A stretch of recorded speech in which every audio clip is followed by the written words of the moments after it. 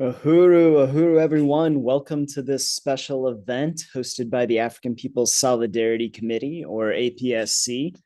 Today's event, as you just saw, is titled It's Not Just Trump, It's the Whole Damn System. And we will be summing up the current deepening crisis of imperialism as manifested by the new Trump administration 2.0. My name is Brendan McCoy. I am a member of the African People's Solidarity Committee. The African People's Socialist Party formed APSC in 1976 with the mandate that we organize other white people to build the movement of reparations and genuine solidarity with the liberation of African people. That is our assignment, and we work under the direct leadership of the African People's Socialist Party. So we want to start off, want to salute our leadership, Chairman Omali Yeshitela and Deputy Chair Onizine Yeshitela. And I also want to salute my leadership in the Solidarity Committee, Chairwoman Penny Hess. Before we get started, I see some people, people are still kind of joining. If you're tuning in on YouTube, Make sure to like and subscribe so you can get alerts and so that you know whenever we're going live or whenever we post a new video. If you're tuning in on Facebook, please share this live stream with your friends. And let us know whichever platform you're tuning in on. Let us know in the comments where you're tuning in from. We will have a Q&A session later in the program. So take notes, enter any questions you have in the Q&A feature in Zoom or in the comments section on YouTube or Facebook. I want to let everyone know this event is a fundraiser for the Uhuru Solidarity Center, which is the national headquarters of the Solidarity Movement. It's a beautiful organizing center located on the south side of St. Louis with a big banner outside that reads "Unity Through Reparations." The building is owned by the party's Black Star Industries. So tonight we have a goal to raise at least $700. So please go to apscuhuru.org/donate and make your contribution. And usually we would be actually having these events at the Solidarity Center here in St. Louis, but we are in the midst of an important maintenance project right now, replacing some of the plumbing to the center. And yeah, we've got some pictures here. I don't know if they even do it justice. It is a sight. It is I think that one has the a 6-foot ladder in there, so I feel like it's just an 8-foot pit in the garage that they're almost done. They're filling it up, and so the plumbing's in place. They just have to fill up the hole and pour the concrete, and then they will be all done, and we will be back to having these important events at the Solidarity Center. So we're very excited to be getting this important work done, and we will look forward to resuming all these in-person events very soon. Thank you, everybody, for joining online today.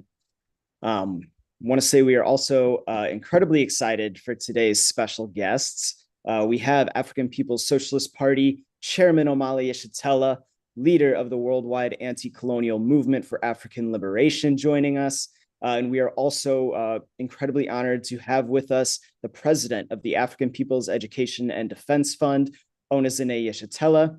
She is the visionary, the architect of the Black Power Blueprint. And we will also be joined by Penny Hess, chair of the African People's Solidarity Committee, as well as chair of the Uhuru Solidarity Movement, Jesse Neville. So like I mentioned earlier, we'll be having our Q&A later in the program. So make sure that you're taking notes and submit those questions in the Q&A feature on Zoom, the comments section on YouTube and Facebook. But let's go ahead and get started. Without further ado, I am excited to welcome APSC Chairwoman Penny Hess to give us an opening overview. Uhuru, Chairwoman Penny. Uhuru, Brendan. It's really great to hear from you, and I just really want to welcome everybody who's on tonight. I'm very excited about this event, and just the analysis that we're going to be able to get from Chairman Omali Yeshitela and Deputy Chair Onezine Yeshitela. We just want to salute the chairman as the leader of the African Revolution, and Deputy Chair Onezine Yeshitela, Deputy Chair of the African People's Socialist Party and the President of the African People's Education and Defense Fund. Just leading this work, building dual and contending power right here, building Black power institutions here in North St. Louis in such a powerful way. And the Uhuru Solidarity Center, which is being worked on, as we saw, is the solidarity front of the African Revolution behind enemy lines on the south side in the predominantly white community of St. Louis.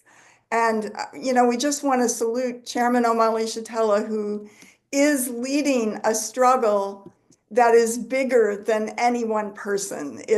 He is very serious about not just explaining the world, but changing the world. The chairman is very, very confident about fighting, and has done this in his entire life, fought for the liberation and self-government for African people and the end to the whole system of oppressors and the oppressed. Just an incredible goal, fighting for the African Revolution and for the revolution and national liberation of all oppressed and colonized peoples here on this planet. I have the honor of being the chair of the African People's Solidarity Committee, the organization of white people founded by the African People's Socialist Party and working in the white communities under the party's leadership. Before we start, I want to salute powerful victories of the last couple of weeks. First of all, as we will hear about in a few minutes, Deputy Chair Onezene Shatella and her powerful office won an incredible victory in the fight against the city of St. Louis to open a bakery cafe in an area that St. Louis has, has designated as a food desert, yet the city of St. Louis were attacking based on one white woman's voice, the right of the African community to open this important institution, but fought back and won. So this is a powerful victory. As we also saw the victory of the struggle of the indigenous people with the release last week of freedom fighter Leonard Peltier on this stolen land, released to his homeland. And, just to say that the official Leonard Peltier Support Committee has been part of the Hands Off Uhuru movement, which is under the leadership of Chairman Omale Shatella and chaired by Chair Mwezi Odom since the beginning of 2022. And finally, I want to say I'm really excited tonight to be able to talk about this phenomenon and get the chairman's incredible analysis of this current administration's things that they are doing, that people, white people have a lot of fears about this question of fascism. The chairman's going to talk about that. And, what the chairman is saying, this whole question of actually dismantling the Democratic Party, the question of the deep state, which, the African People's Socialist Party and the chairman were the only people that ever talked about the state. But now we hear it in the news every day. And even the dismantling that we're seeing of the state's bogus legal reasons, and some of them, even the main instigators of the bogus prosecution and conviction of the Uhuru Three. In today's headlines now, we see Trump. The headline in the New York Times today is Trump refuses to guarantee Ukraine's safety. But just, last week or last month or, a few months ago, Zelensky was the darling of the white left from Ukraine. The Ukraine was the darling of the key issue of the U.S. government. And Zelensky has a $30 million mansion in Miami, by the way. Now he's a pariah, and Trump is meeting with Putin.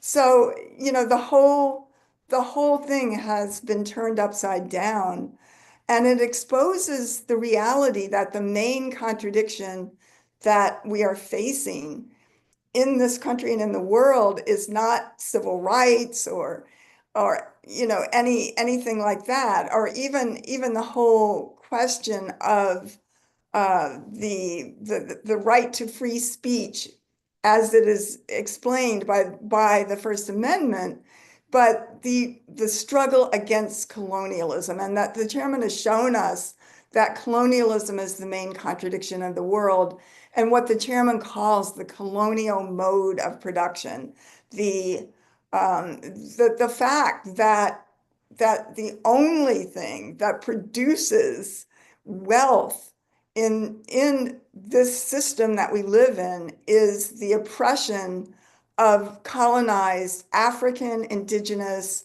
and oppressed and colonized peoples of the world.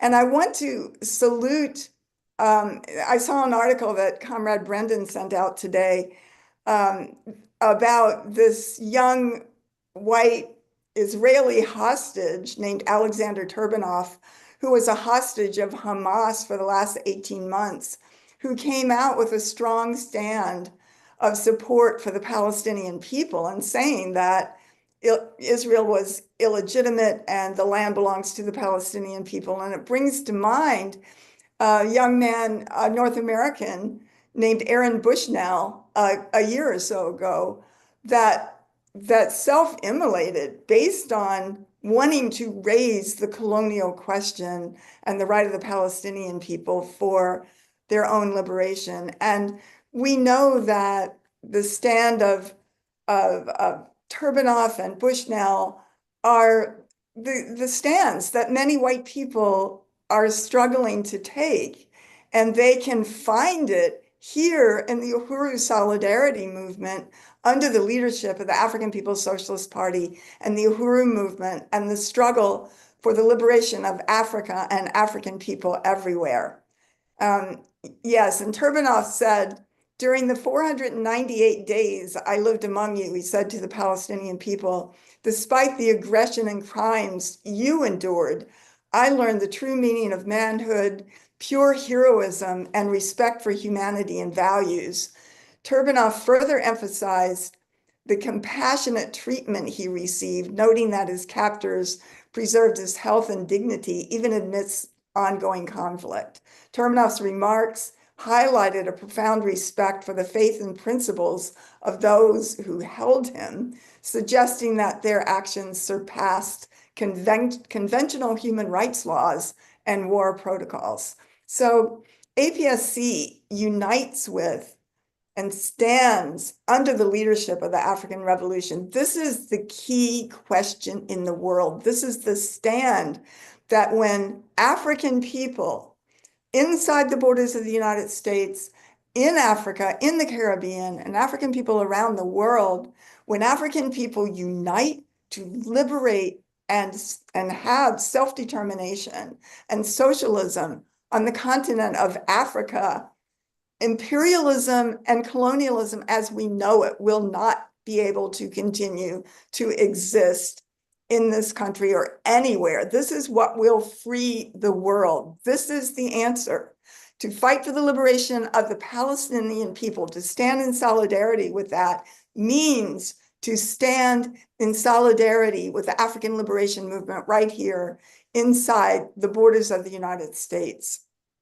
And we believe that it is very clear that this social system that we live in is, as the chairman says, a parasitic social system. It is built on slavery. It is built on genocide. That is just recorded history and what the chairman has defined as the colonial mode of production. So therefore, there is nothing that is pure or untouched by colonialism. Everything that we think, that we aspire to, our analysis of the world as white people comes from the fact that all white people sit on the pedestal on the backs of African and indigenous people. And it was the assault on Africa that is responsible for capitalism and the world that we live in today, and the kidnapping and enslavement of African people for 600 years and more, and for the genocide and colonial conquest of this land, which belongs still today to the indigenous people. We understand too that APSC is committed to organizing in the white community under the leadership of the party and raising reparations, not as a favor, not as a one-time payout, but as a return of the stolen resources to African people, and that this land must be returned to indigenous people. We understand that there is a material basis for what the chairman calls white opportunism, and that the African National Liberation Movement has had to fight colonialism on two fronts. One, the colonial state power, and the other front, the white left, or Ku Klux communists, as the chairman has called it, or white people who use the question of socialism, in fact, to continue the ongoing colonial domination of African people. So we're going to hear more about that tonight. The African People's Solidarity Committee, again, is under the leadership of the African People's Socialist Party. We're fighting for and building a principled stand under the leadership of the African Revolution.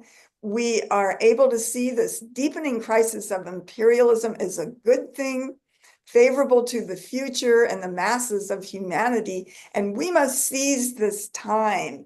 The future is led by the resistance to the colonial mode of production by African and oppressed peoples and colonized peoples here and around the world. The colonial question is the key defining contradiction in the world today. So, comrades, we must build this African People's Solidarity Committee and a Uhuru Solidarity Movement. We've got to go out there, recruit, build this. There are many, many, many North American white people here in Europe and Israel, in settlers on the continent of Africa who are looking for the answers, and the answers are here. And I have so much respect for all of you comrades who are here tonight, who are just profound, incredible, many of you amazingly articulate in the language of African internationalism, going out there and organizing other white people.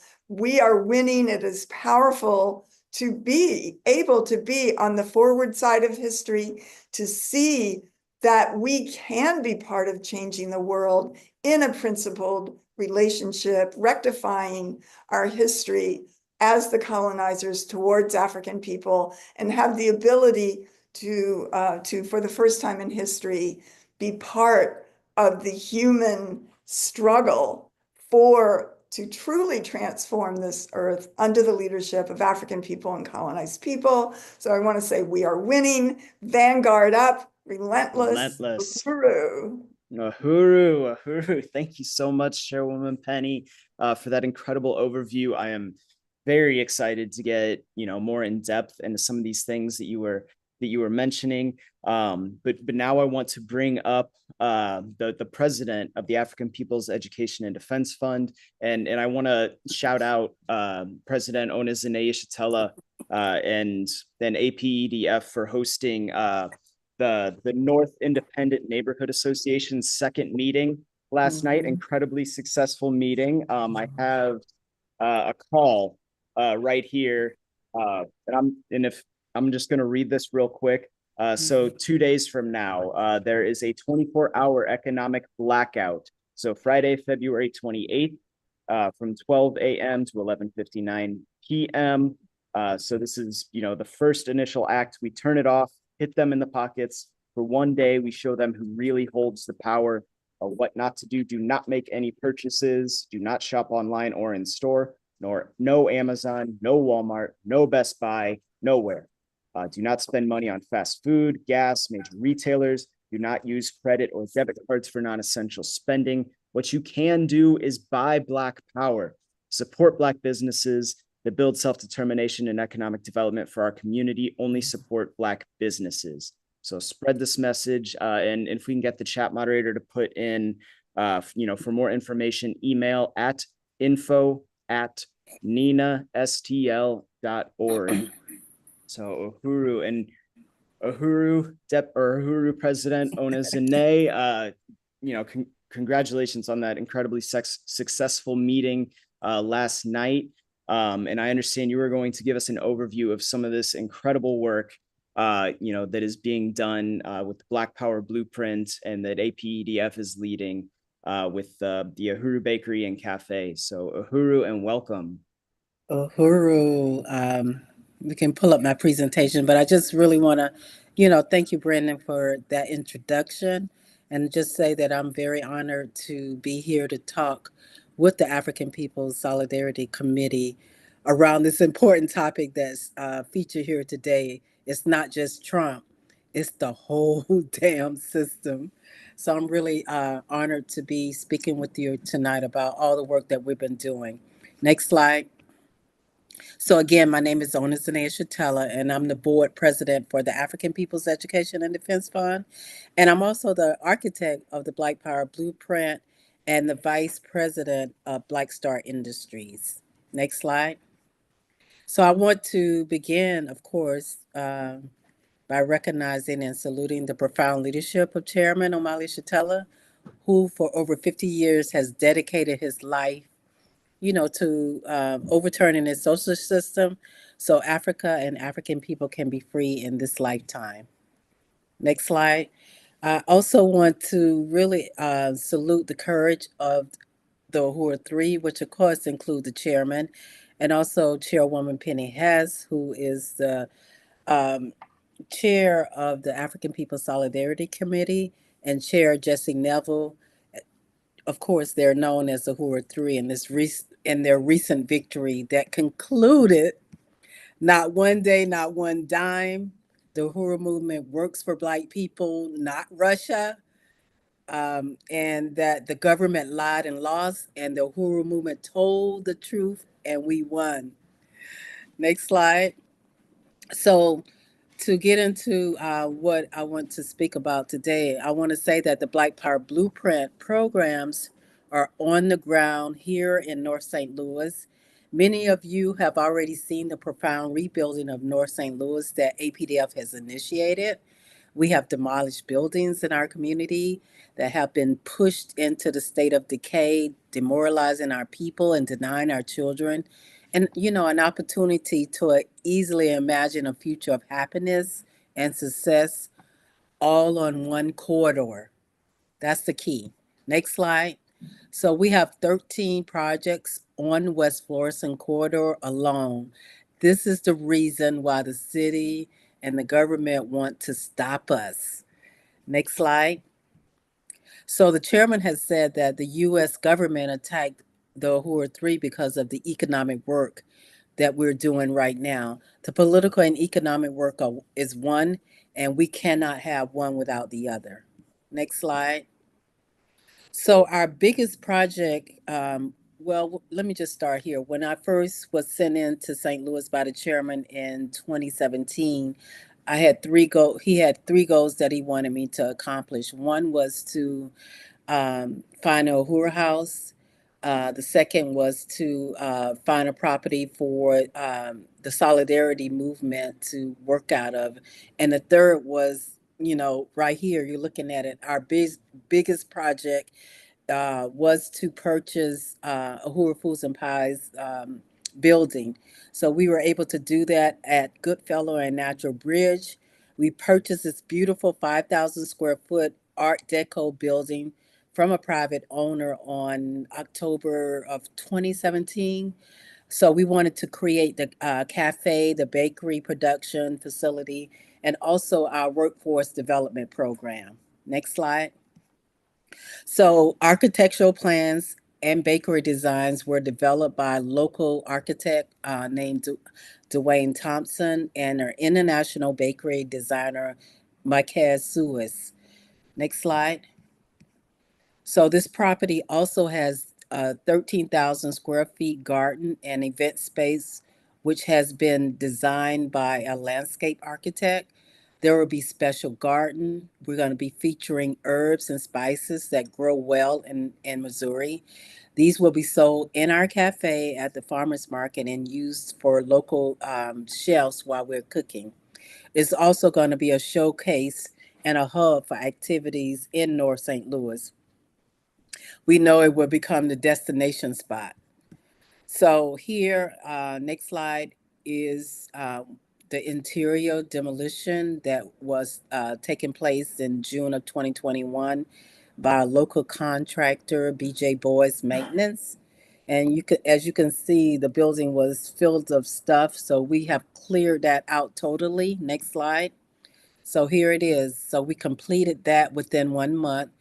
And we had raised over like $267,000 for this project.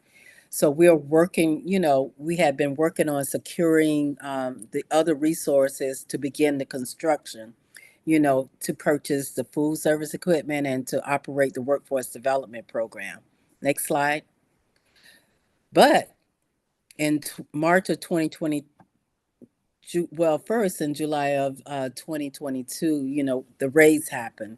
And then in March of 2023, the U.S. government began to impose economic sanctions on our economic institutions, which includes Black Star Industries, the Black Power Blueprint, and APDF. Next slide. So they started closing off our ability to utilize the banks and the government monies that are supposed to go to our community to advance investments that benefit our community. Next slide. So our nonprofit APDF, we received an email directly to me from Regions Bank. So they stated that they wanted to discuss the relationship that they had with us. The person who sent this email did so in the most unprofessional way, as you can see, using only part of my name, not identifying himself, his title, or clear business information. After I responded stating that I was not clear on who he was and what this relationship he was speaking of, he responded with the following. Next slide. So basically, what he said was that he needed to speak with us regarding the relationship with Ahura Foods and Pies LLC, and that the person that we clearly had a relationship with in the past, that he was taking over, and that he wanted to talk to us about the loan that we had on this building. So, we scheduled a time for him to discuss this further. So later in that week, um, we had a call from him, and then next slide. Then in that conversation, he demanded that we pay the $70,000 balance of the loan for the bakery located on Natural Bridge in Goodfellow in less than a month. They wanted us to pay the whole thing off. This is not a common practice. We had already invested like 150,000, and we were not going to let them just take it away. Next slide. We had also, we had a 20-year history with Regions Bank. We had a stellar credit um, account. We deposited hundreds of thousands of dollars into Regions over, like I said, the last 20 years. And now they were calling for us to close out all of our accounts and also pay off this loan that we had that was $70,000. So then they said that Region would be exiting the relationship, and they closed all of our accounts, our line of credit, which we had owed nothing on that. We used the credit to use it for if we needed to have any resources or, develop any kind of properties that we had investment opportunities going forward. But they took all that away from us. Next slide. So they refused to provide a reason for exiting the relationship. They cited that the right to do so, they had the right to do so at any time. They also attacked the Black Power 96 radio station, rescinding almost $100,000 in funding that was allocated to purchase a generator and other equipment for the radio station. Next slide. So other economic attacks occurred as well. They stopped APDF Facebook birthday fundraisers that people did from all over the country to support the Black Power Blueprint projects. Next slide. The credit card processing company Stripe rejected sustainer pledges to our One Africa, One Nation donor campaign, stating that individuals own this account instead of an organization. This was in spite of us nearly, telling them that this is something that we have been doing for the past 10 years. They didn't care. This was clearly an attempt to discourage our donors, waste our time, delay urgent needed funds, and even cut off those funds. Next slide. They also held up $9,000 of contribution through GoFundMe. for the Hands Off Uhuru campaign for more than 3 months. They refused to release those funds donated by the supporters in our name with no explanation. The funds were finally released when we got our attorney involved. Next slide. So this is why we said it's not just Trump, it's the whole damn system. Next slide. So Ahura and the Bakery Cafe is our most ambitious project, and we do plan to complete it. It is one of the it's one of the key locations for the Black Power Blueprint is fighting for mass incarceration. This would be the national headquarters for Ahura Foods and Pies and for the African Independent Workforce Program. So next slide. So we needed $1.2 million to complete that project, and having some of our donations to pay off the bank, I knew we had to pivot. So we wanted to begin to bring Ahura Foods and Pies into St. Louis as soon as possible. So APDF and the Black Power Blueprint, we decided to purchase a smaller building to actually jumpstart Ahura Foods and Pies more quickly to enhance the Black Power Blueprint on the West Florissant corridor. So this is the building that we purchased, and this is the building that we have been in struggle with the city government with a permit. Next slide. So APDL purchased that building at 3719 for Hura Baker and Cafe on January 26th of 2024. So let me just break it down. The most recent attack in the form of Uhuru Bakery is that we applied for the permit in May of 2024. We had all of our architects and our team submit plans to the building department on May 28th. And then on August 22nd, a conditional use permit hearing was held. We were required to get a special permit to have a restaurant in a building that had been a restaurant for more than 20 years, which, really didn't make any sense. So on September 3rd, the permit was denied. The city ignored more than 300 signatures of support and denied the permit. Next slide. So on February 12th of 2025, we had to go to a Board of Adjustment hearing. Next slide. So the city stated that we need to do 4 things, but of course we knew we had to do more, and we did. So the city stated that we needed to have the alderman support. We also had to have the neighborhood association support, and we also had to have community support. And the fourth thing was the land use was needed to fit the focus of the strategic land use plan that the city had laid out for that area. Next slide. So we contacted USM Chair Jesse Neville and USM Vice Chair Amanda, and we asked them to prepare maps that showed the support from the neighborhood. And Jesse actually presented them in the hearing on February 12th. Next slide. So at the hearing, Jesse presented visual evidence of the support from the neighborhood by using these maps. This map shows where the 90 bakery supporters live in the College Hill neighborhood. So all those check marks you see, that is where the 90 people that we got that supported us. Next slide.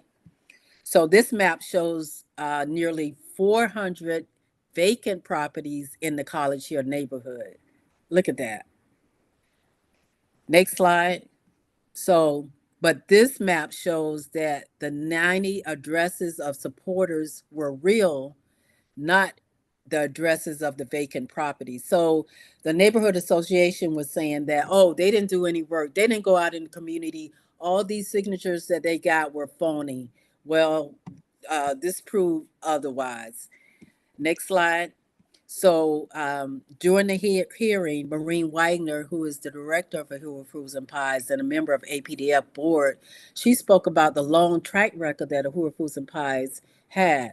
Ahura bakes and sells 5,000 pies each fall season. She gave a vision of the Ahura Bakery and Cafe, and she I want to quote her. She said that the cafe will serve slingers, breakfast and lunch sandwiches, including vegetarian and vegan options, crab cakes, delicious dishes using Uhuru's homemade jerk sauces, and veggie burgers made from scratch. We will be welcoming individual volunteers and student volunteers from the university. With the renovation, the customers can watch the bakery products actually being prepared, through this new addition that we want to put on the building. So, and also all of our ingredients are fresh, natural ingredients with the highest food standards. So that was some of her presentation in the hearing. Next slide. So then we got together and we got with SG and Wazy, and also the Hands Off Uhuru Committee adopted Uhuru Bakery Struggle. And under the leadership of Director Achille, Sandy Thompson, they pulled all together to make the media bliss. The team included Raya, Jan, Indigo, Becky, Diane, Kumba, Mariah, Redbeard, Wendy, and Paul, and so many others. Next slide. So we got at least three media sources, thanks to all the work that the Hands Off and agitation and propaganda did to make it happen. We got five media people to actually come into the hearing to listen to the entire hearing and actually report on it. Next slide. We also got the Alderman letter, which is Rashid Ulrich, and he wrote, and I quote, "This property has historically been a restaurant. It is on the West Florissant corridor where there are no options for healthy prepared food. Our community came together over pastries, lunch, and coffee." Next slide. We also got Representative Marlon Anderson, and he stated, "I support new businesses in my district that helps bring our community together. I believe that Uhuru Bakery and Cafe is one of such business." Next slide. We also got the committee man, Anthony Bell of the 14th Ward, and he said the owner of the property and applicant for this permit, the African People's Education and Defense Fund, has a track record of improving properties in this area. So, and we didn't stop there. We also have the Northside Independent Neighborhood Association, Nina, whose president, Christopher Gladney, declared, and I quote, "The goal of NINA is to bring together College Hill and neighboring Northside communities to build unity for prosperity, commerce, and neighborhood collaboration and revitalization." Next slide.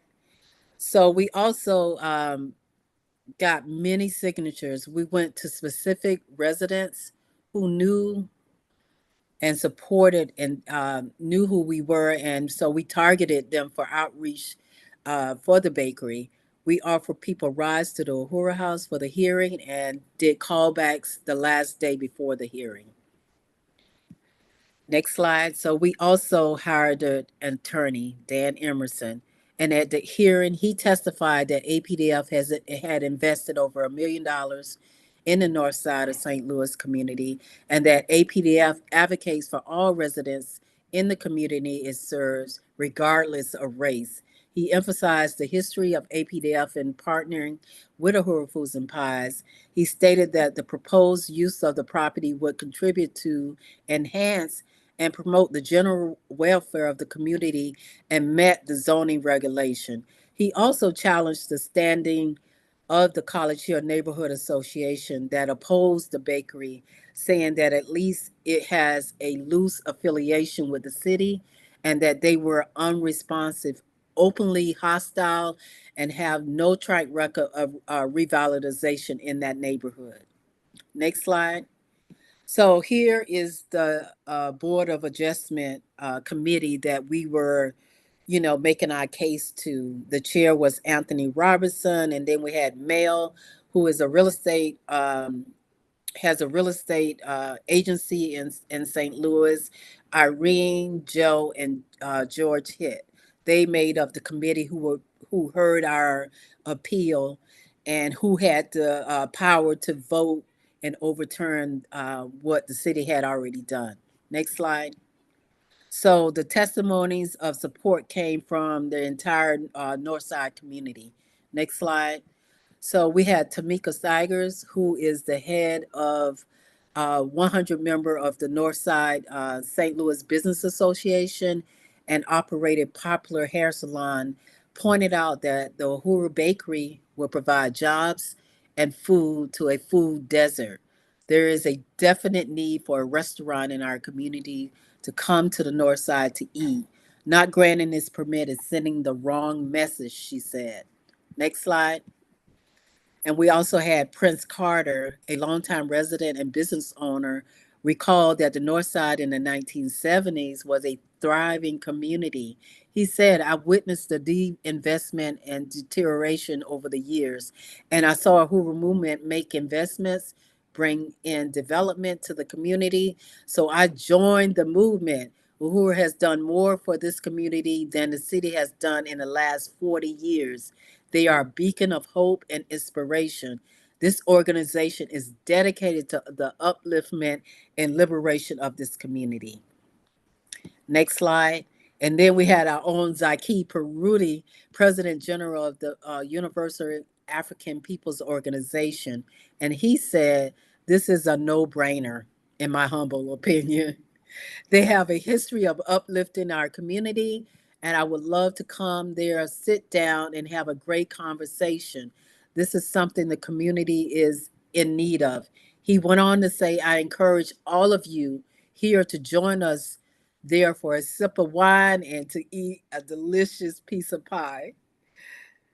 Next, we have Karen Greer, who operates a home care service in North St. Louis, where she has been in business for over 20 years. And she said, I advise the city to take their foot off the neck of this organization. We do not have any restaurants in our community. Excuse me. I was the recipient of an opera funds and put a mural up. I'm just asking that you all grant the permit and take your foot off of our necks. Next slide. And we had our own people, Alderman Jesse Todd, and Jesse said, I have witnessed them uplift the neighborhood here since 2017. People said that the basketball court would bring violence. Instead, it has brought the community together. 25% of the community is without a vehicle, and the nearest grocery store is over a mile away. I support APDF's right to get the conditional use permit necessary to open the Hura Bakery and Cafe. Next slide. And then we had Mary Willa Jones from the 11th Ward, and she said, Uhura has shown respect for this community. She said that the African people in the community do not have money to eat out and is ignorant to think that we don't. When it's time to eat, we have a cup of coffee or a tea or a glass of wine or meet with our friends. We have to leave our community, and that is so unfortunate. I think the rejection of this application is a disrespect to the residents of this community. Next slide. And then we had St. Louis real estate professional Rosalind Luna, who testified, and I quote, I've seen firsthand the impact that this organization has had, not just one business, but as a force of renovation. The Hura Bakery and Cafe will foster pride in the neighborhood. I know many of people who love their pies and will support this business. When we support this business, we support the community. Next slide. And our very own Fofi recalls that while she was educated in St. Louis and a product of St. Louis since the age of 12, she could not bring her children to the north side of St. Louis because it wasn't safe. That is until the recent development on the West Florissant corridor. She asked the Board of Adjustment, why is it that there is a denial of the permit? When this is our people investing in our community and our city. I have to travel to find food. I am a nurse and I know what is healthy food and how we can promote healthy eating in our community. Next slide. So some of the other supporters who testified was Sheila, Tiana, Robin, Lisa Davis from the Black is White Coalition, Bob, Betty Davis from the Black is White Coalition, Angelica from the Green Party, and so many others. Next slide. So then we had the opposition testimonies, and here they are. Dev- Devontae Sanders, Terry Rose, Tiffany Davis, Pamela Saunders, who's married to Devontae, and someone named Isaac. So they all just, what they did was got up and lied and slandered APDF and the Black Power Blueprint, stating that we haven't done anything in the community, which is clearly a lie, and that nobody is supporting the basketball. There's nobody on the basketball court. Just lies, lies, lies. So, so next slide. So after all the testimony, the committee went into deliberation, and it took them about 32 minutes to deliberate. And in the deliberation, everybody could stay on, and we watched the whole thing unfold. So next slide. So members of the Board of Adjustment took note of the broad community support and verified that more than 90 petition signatures were submitted from the College Hill residents. Board member Mel and Vice President, he's the Vice President of Commercial Group, said that he had looked at all the addresses on the petition and noted that there was no question that many of the neighbors in the block right near the Hura Bakery Cafe had signed the petition. In fact, the neighborhood is overall generally supportive of the bakery. He concluded that the bakery would be a good idea. And then Chair Robinson and the board members, George, concurred.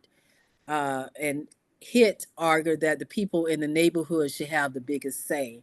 Chair Robinson countered the opposition of the College Hill Neighborhood Association to the right of APDF to apply later for an alcohol license to serve beer and wine with their meals. And he stated, I understand that a lot of establishments can't make things work without it, but I also view the bakery cafe differently than I would a convenience store or a gas station selling alcohol. The board took a vote, and then they all were in favor of issuing the conditional use permit, and the denial was overturned. Next slide. So they voted unanimously to overturn the permit denial. Next slide. So when we fight, we win. Next slide. So I just want to just say that in summation, we had 110 plus supporters at that hearing. We had 25 people who spoke at the hearing. We had 330 plus supporters who signed letters, petitions, and also wrote in. We had the support of the Northside Independent Neighborhood Association. We had support from the St. Louis Business Coalition. We had support from the politician who wrote letters of support. We had our own attorney, and we also had Hands Off Uhuru. We had the African People's Socialist Party. We had Agitation and Propaganda, NPDUM, and USM. Next slide. So here are all the names of, not all of them, but these are all the names of some of the people who participated in that hearing on February 12th. I mean, it's really more people in that, but I just couldn't get them all on one slide. Next slide. So the city actually, when we called the city the next day, they told us that this hearing was different from any other hearing that they ever had. They have never had that many people on a hearing. And also, they got hacked. And they've only seen hacking one time since they've been doing this. And they had never had media representation in the hearing before. So we had Channel 4, Channel 5, and we had St. Louis NPR in the entire hearing. Next slide. So we raised a serious counteroffensive to defend our economic institution. It is the state and the city that controls everything and set the terms for what is considered law. They do not want political and economic power in the hands of the African working class. They do not want money circulating in the Black community so they can assume the power to control our future. They want us to be dependent, as they do all colonized peoples of the world whose labor and resources fill their pockets and create wealth for their families and communities. Next slide. So now we are beginning to go forward to secure the building permit and begin the renovation, providing needed employment in our community. Our local contractors have been on standby and are ready to go, and we're grateful for all of our supporters from all around the world. We will continue to fight for the Northside businesses to get fairly treated by the city. We look forward to welcoming everybody to the new Uhura Bakery and Cafe in mid-summer, like June or July. We look to be open. So next slide. So again, it's not just Trump, it's the whole damn system. Next slide. But we are the vanguard leading the economic process. Our economic work is revolution work. Uhuru. Uhuru, Uhuru. Uhuru, Deputy Chair. Uhuru. I'm I sorry. just want to say, I just want to say, Deputy Chair, that, I mean, that was an incredible presentation, but it was an incredible fight that you made. Yes. And they Absolutely. didn't ever expect, they didn't know who they were dealing with, the No. city, when they came in contact. And this has been a brilliant, brilliant struggle. It's so mobilizing. And I just can't say enough. It really, really great leadership of the African People's Socialist Party, kicking the ass of the ruling class, and Absolutely. everybody loves it. It's feeling good. I just want to be self-critical. I did go over time, but I just really wanted people to really understand that the fight that we were up against, and we've been Yes. fighting since we've been on the ground since 2017. Every institution that you see that we have built and purchased has been a fight. So, like you Yes. said, Chairwoman Penny, they didn't know who they were dealing with, and they got their asses kicked. Uhuru. Thank you so much for that. And I'm Uhuru. very glad that we were able to put that out. Thank you very Yeah. I think I can speak for everyone when I say that, we didn't notice you going over time. Like, just this view of this fight and having it laid out, and then this view of the future that you always bring to these discussions, President Onizane. So thank you very much for being on. And Chairwoman Penny, time for our main, our main subject, the title of tonight's tonight's theme. It's not just Trump, it's the whole damn system. So I'm gonna turn it over to you, and Chairman Amalia Shatella and Chair Jesse Neville. So Uhuru. Uhuru. Wow. I mean, this is a powerful event, and I'm very honored to be able to present my leadership, our leadership, Chairman Amalia Shatella.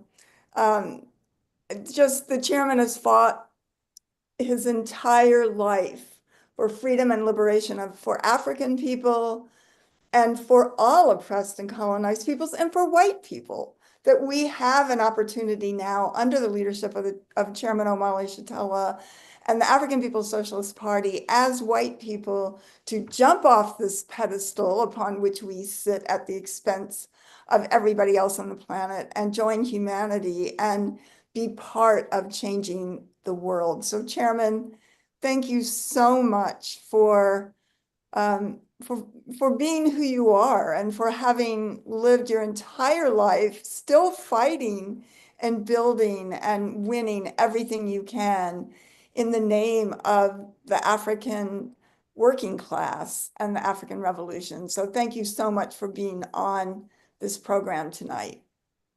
Uhuru, thank you. Thank you very much, Comrade Penny. I just want to say that I want to salute you and salute the African People's Solidarity Committee, all of your incredible forces.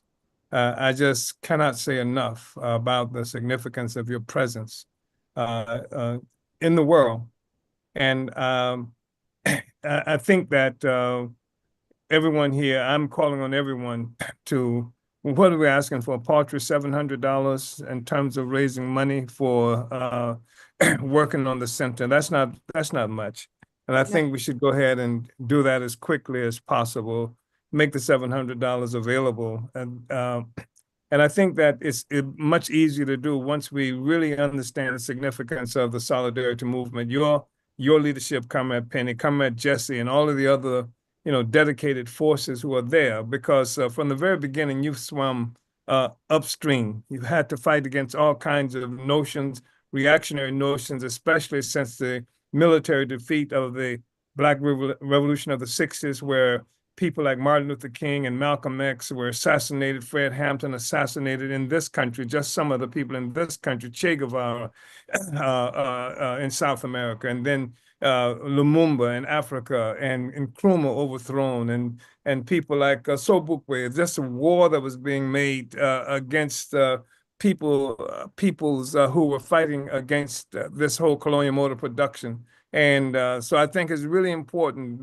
the guts, the courage that you have exemplified in stepping forward, because I know some of the battles. I remember the battles that we had to encounter with the founding of the African People's Solidarity Committee. I remember those battles, and with so-called white leftists, and especially, in fact, the white leftists were the most vicious. They are the most scientific. They had the biggest rationale for why the white people, and especially white workers, should not follow the leadership of the African Revolution. So I just want to express appreciation to you and to all of the people who are supporters of the solidarity work that we do to the African People's Socialist Party, the struggle against colonialism. And I'm hoping people can again see the significance of contributing to this effort, just to fix the damn floor, so that the plumbing and what have you in the Solidarity Center.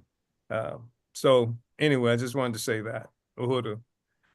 Uhuru, Chairman, thank you. And I'm going to put in $100. So I know somebody's going to tell us in a little bit how many people have put in, but we want to go over the $700. But let's go ahead and do that, and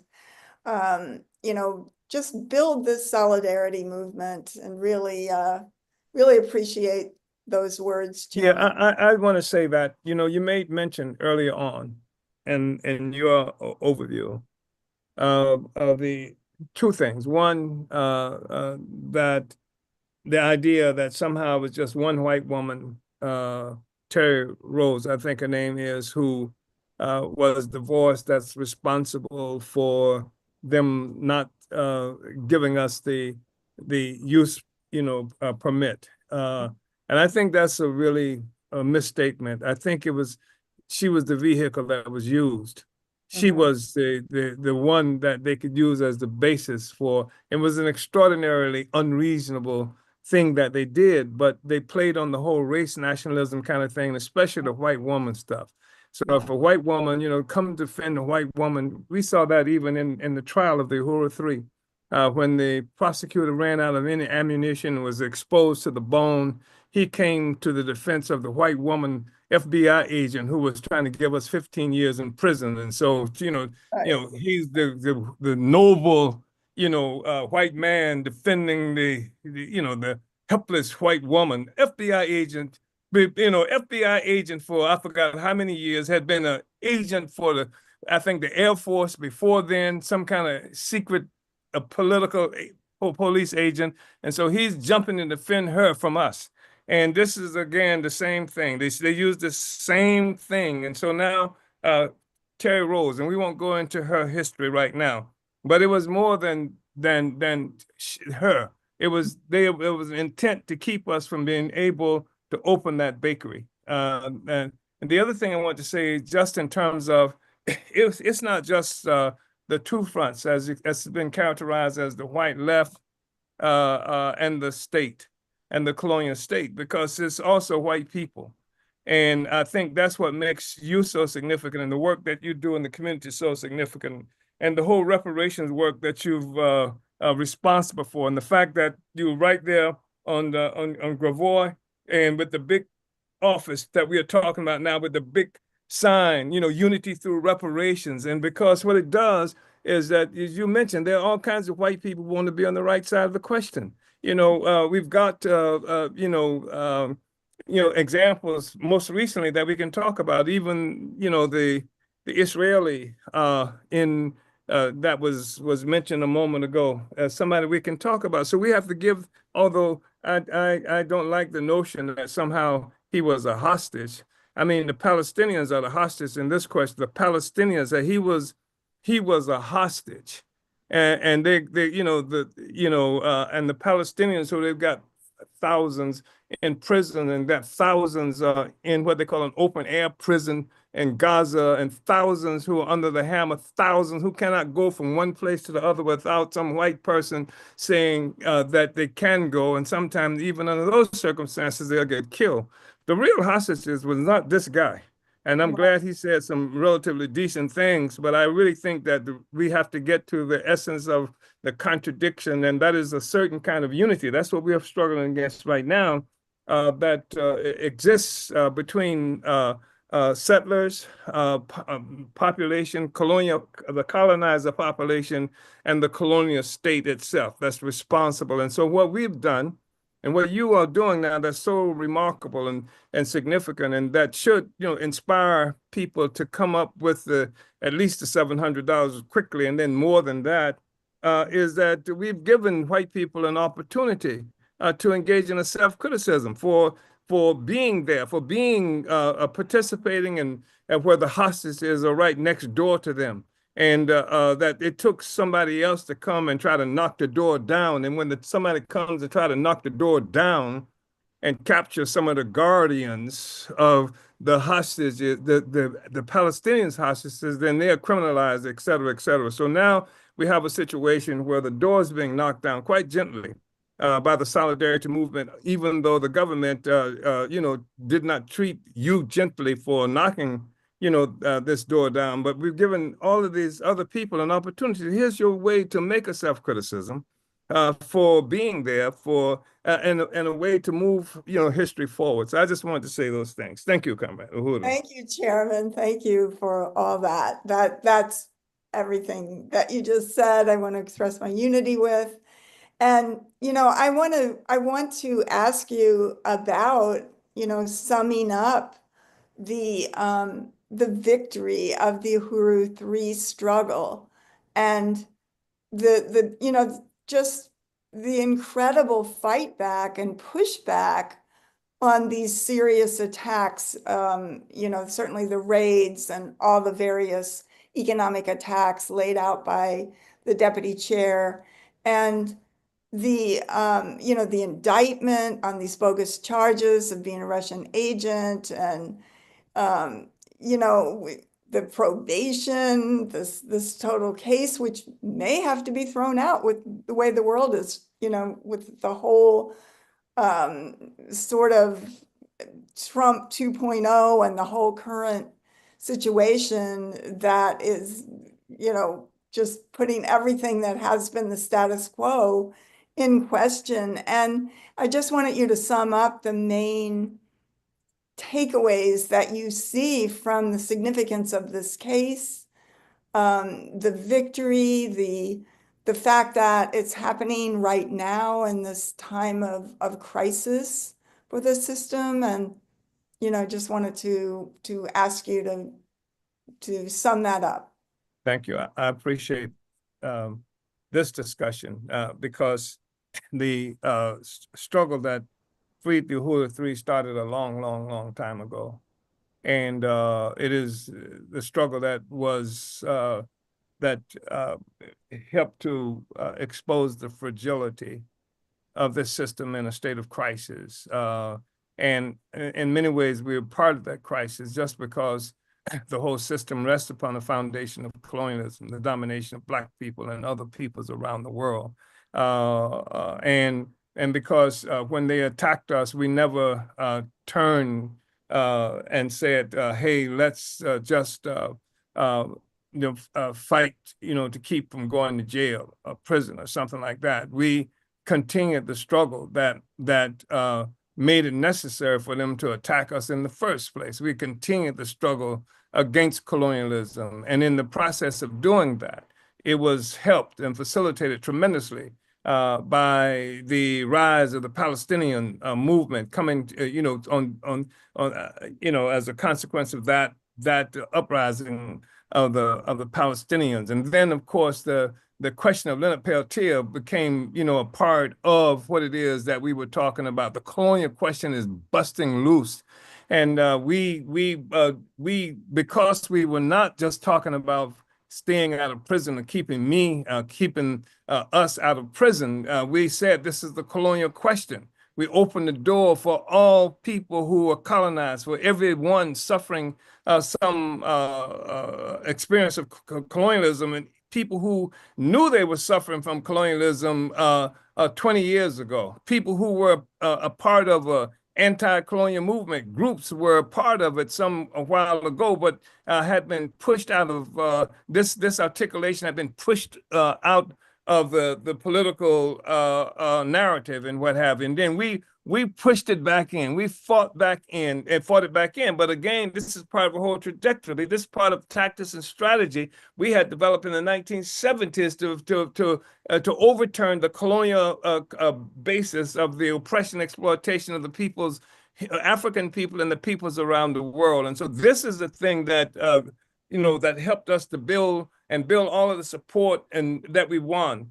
And some of the things that's been referenced by your overview, the whole Ku Klux communist, the whole ideological imperialist, where you had what was called the left, which was, and this is not a pejorative that I'm talking about now. It was a colonial left. There was a colonizer left. There was a left colonizers that we are talking about who would be prominent, some of the most prominent antagonists of the Black liberation movement. They fought Panthers. They fought you didn't see them when Malcolm X was assassinated. You didn't see them when Fred Hampton was assassinated. When Nkrumah was assassinated.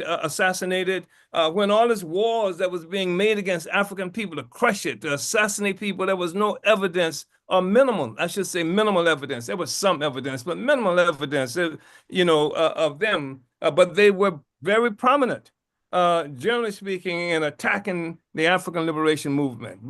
And they would even characterize us as being nationalists, which is a pejorative, while they were internationalists. This is the kind of stuff that they were throwing at us. Well, they had white internationalists, and that's what they were, white internationalists. And then we were nationalists. That's how we were defined. So we pursued the struggle for the liberation of African people, and we didn't do it with a closed mind. Even as we were doing it, we were working as hard as we could with the Palestinians, as hard as we could, with the Iranians who were being persecuted in this country and who were threatened on a regular basis with annihilation by the United States government, even after the United States had overthrew a legitimately elected Iranian person because he challenged the ability of the United States to continue to suck the resources out of the oil that was coming from there. We were there with indigenous people. We were in Big Mountain when the FBI was threatening to come and attack them and move them off the Dene, so-called Navajo people of Big Mountain. We were there when the FBI was talking about coming because the government, U.S. government had discovered uranium there. The same FBI that attacked Leonard Peltier, that put him in prison, et cetera, they came for us as well. So that there's a whole movement that we continue to fight for. And so it wasn't just us. It wasn't just Omali Yeshitela, the chairman. It wasn't just Omali Yeshitela, the chairman, and Jesse and Penny. It was we were continuing to make this struggle, and it's deepened as a consequence of the attack on us in many ways. It's very interesting because it helped to highlight everything that we've been talking about, and you cannot find a place where people talk about the oppression of peoples around the world, and they're not talking about colonialism, settler colonialism, and even referring to America as a settler colony. This is the discussion change. You go to now, you go to look for books, that newly written books, and I see myself quoted without them even being attributed to me, statements and positions that I've taken. Now, these are newly discovered kind of things. But that's what the advanced attachment will happen. That will happen once you're in front of the question and provide leadership. And now people are looking for clarity. And so we provide that. And this is what your presence is about as well. And to be there in the North American community, among white people, among colonizers, among settlers, to give them a way out. They don't have to be trapped into this nasty, nasty, nasty relationship we have. They don't have to die like Bushnell. What's the young brother's name? Bushnell. Bushnell. They don't have to die like that. They can be on. They can. And he was quoting us when he, even as he died. The quote that had become so common from the solidarity movement. We heard it coming from Bushnell. And we can even help the guy who was a prisoner of war in occupied Palestine to find his place too, because we could use Uhuru Solidarity Movement there as well. Yes. He doesn't. He can get on the right side of history. You don't have to lament. I'm glad he's thankful for the stance of the Palestinian people, but a greater demonstration of thankfulness would be if he joined the Uhuru movement. Absolutely. We'll take him home. We'll take him home for real, Uhuru. Absolutely. We want to do that. And did I leave out something, Penny? I'm sure I did. Well, we have more. It's good. I really appreciate, what you have. But I do think the fragility of the system was one Yeah. of the things. I mean, this is the same system that used battleships in the Mediterranean to crush, the Palestinian movement, to threaten and intimidate Palestinians and other people who were there, who they used drones that probably have guidance and leadership from this national, how do they call it, global, what's that spy? Geospatial. Yeah. Say it again. Yeah. The National Geospatial. Intelligence agency that's killing people in Yemen and all of that. You remember when I was in 2019 when I spoke at Oxford. I raised the question of Yemen, how the Yemens were being killed with the assistance of the United States and Saudi Arabia at that very moment. And so you're talking about the military forces doing all of that stuff. That's wiping people out, and they're sending armored vehicles to Redbud Avenue in the most impoverished sector of St. Louis to attack us. They attacked my home on Redbud on Redbud. They attacked my wife and comrade here. So this is fragility. This is not a demonstration of strength that they would have to. It's not even demonstrating the strength when it comes to Palestine. 3 million people, and on this tiny territory, they got battleships, etc. That they're using here. This is evidence. This is an exposure of a profound weakness, fragility of a social system that cannot be kept together without guns, tanks, military forces, and threats of nuclear annihilation. Uhuru. So that's part of what I think was exposed by this. And also the another thing that was, so I'll say that. Go ahead. Uhuru. Well, I'm going to turn it over to my comrade Jesse Neville, the Uhuru Solidarity Movement Chair. Uhuru, Chairwoman Penny, and Uhuru Chairman. This Uhuru, is comrade. Profound discussion. I also want to salute the incredible presentation by Deputy Chair Ona Zanea-Shatella earlier, and just salute this whole event and this whole discussion. And Chairman, the question I wanted to ask, you're talking about the significance of the trial and what was exposed in that. And one of the things that people really got to see during that trial is who the African People's Socialist Party is.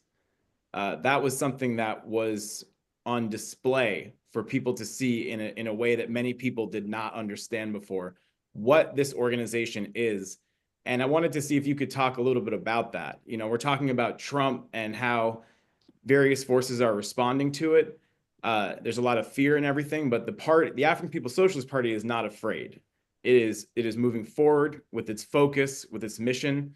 So could you say a little bit about what makes the African People's Socialist Party different from any other organization in terms of its goals, but even the type of organization it is, the makeup of the organization, and its overall objectives and political understandings?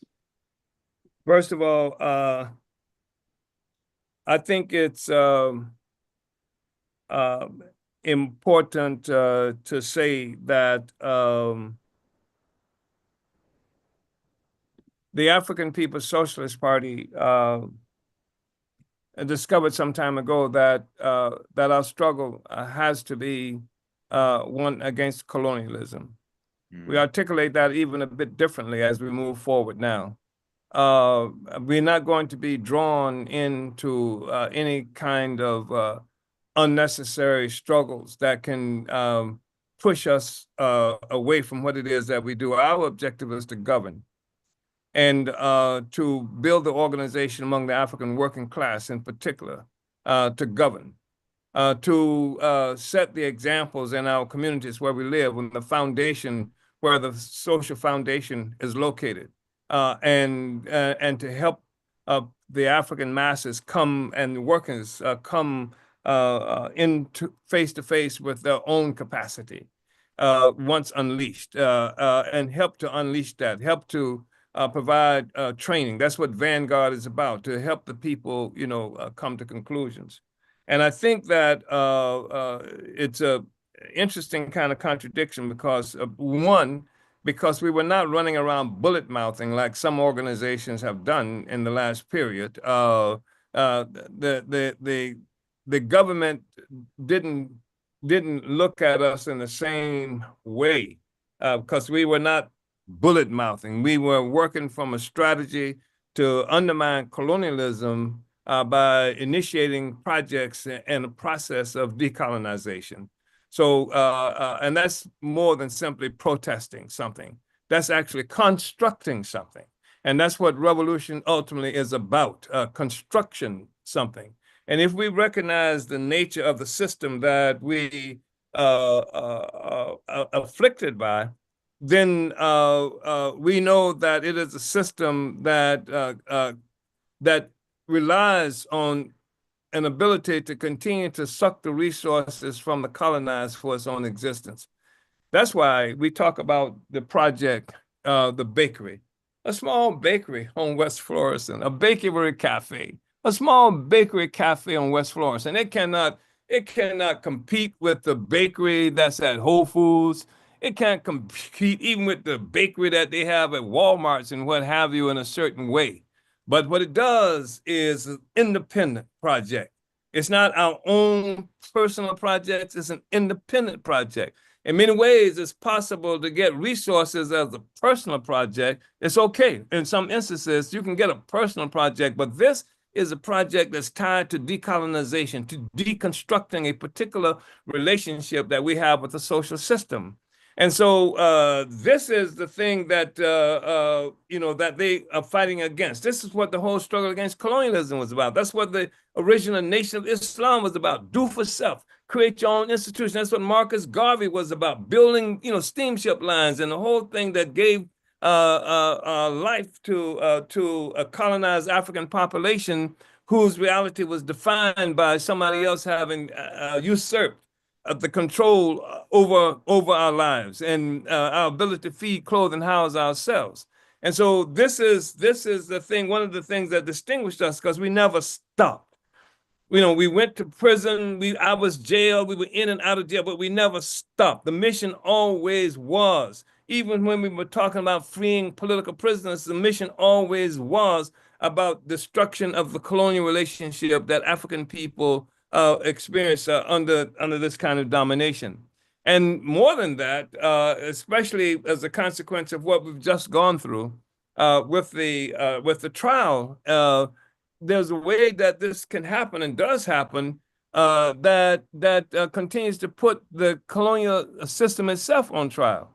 And there's a way we can do it that puts it on trial and minimizes any legitimate effort, any that they would make to put us on trial, put us in prison. What did they charge us with? We went to trial, and after I don't know how many years of this investigation that we're talking about now, I think they went 10 years or something like that.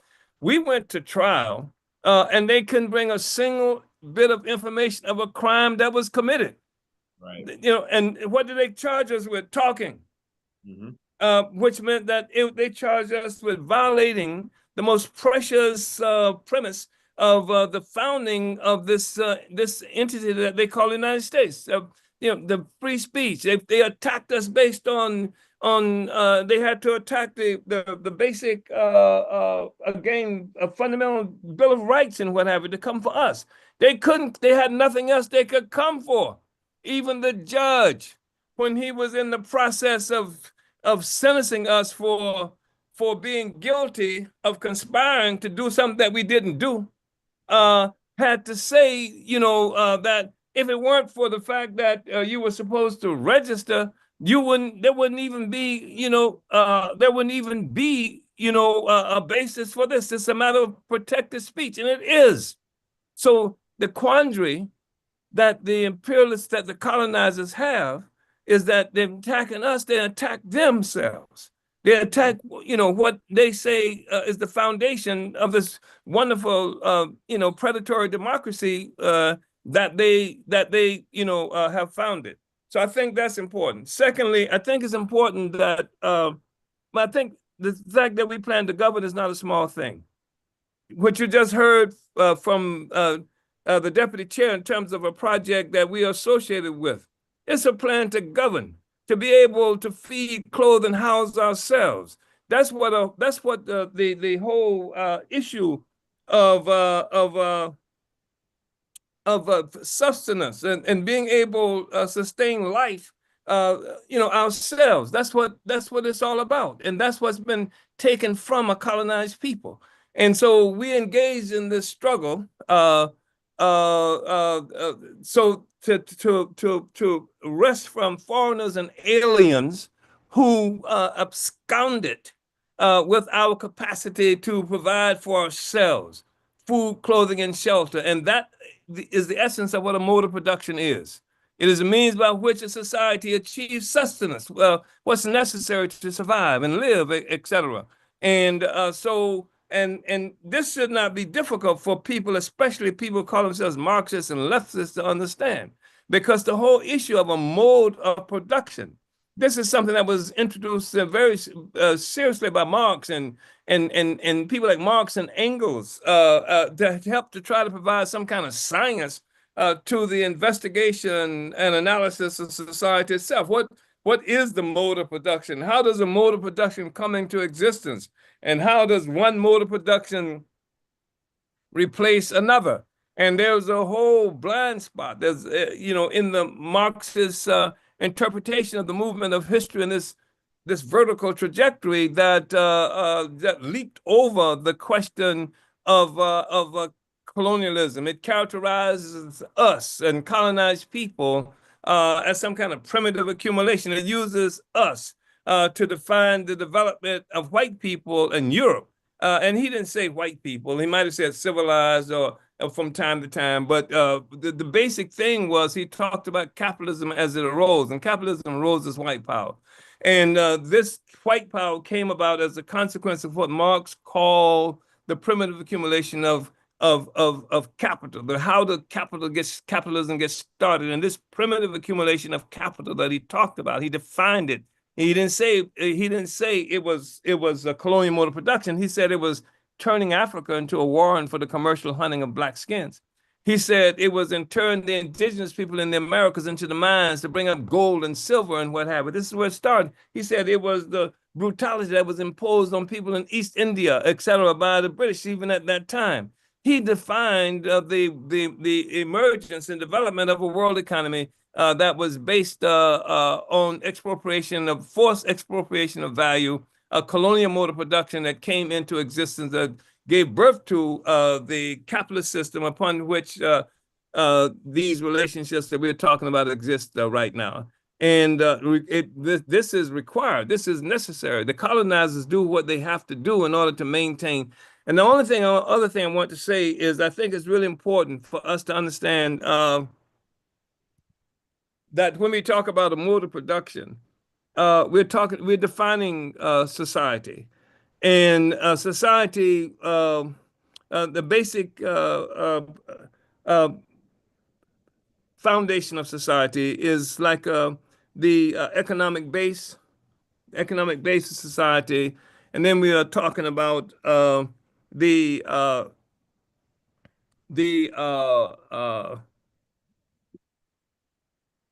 the ideas and what have you, which are born from this base, and then which also are supported. The ideology, the philosophy, the that's necessary, that comes from it, and then supports it, and people. That's why you won't see in any society that's based on slavery or colonialism. You won't have a society based on slavery, based on colonialism, where there's a presumption of freedom for the people. It will not be there. They might call it freedom, but it's not for the people. This is one of the quandaries, one of the things that you will see when the Marxists talk about. They talk about how democracy is a form of the state, and they talk about how democracy, even when people looked at the so-called ancient Greek democracy that's heralded, by all of the civilized European people, they're talking about a democracy where only 20% of the people were free. 80% of the people in Greece society were enslaved and what have you. So that's a form of democracy that they talk about. And what we are talking about as a form of the state. And what kind of state you talking about? What kind of state power? What kind of society that you have? And you have to have a state apparatus that protect the relationships that exist in a society. And if it's based on slavery, that's what the military, that's what the forces are. Based on colonialism, all of that's there. And all of the arguments in the law, the legal systems, all the prisons and jails are going to be filled with people who colonized and enslaved, and, et cetera, et cetera, et cetera. So we're talking about a mode of production. We're talking about economic base, and we're talking about a superstructure upon which the ideas and of that base where they're born of, and they influence the base itself. Uhuru. Uhuru, Chairman, this is, wow, this is so profound. I mean, this is an amazing, powerful, discussion and presentation that you're giving. And I just want to throw in this question, the question of fascism, that a lot of white people are talking about, and that you have a powerful analysis of. I love how you put it out and expose, the truth about that. So I just want to be sure and get this question in tonight. Yeah, I want to say something about fascism, but I think it's important. The statement that I make is not to minimize the threat of the system in a state of crisis.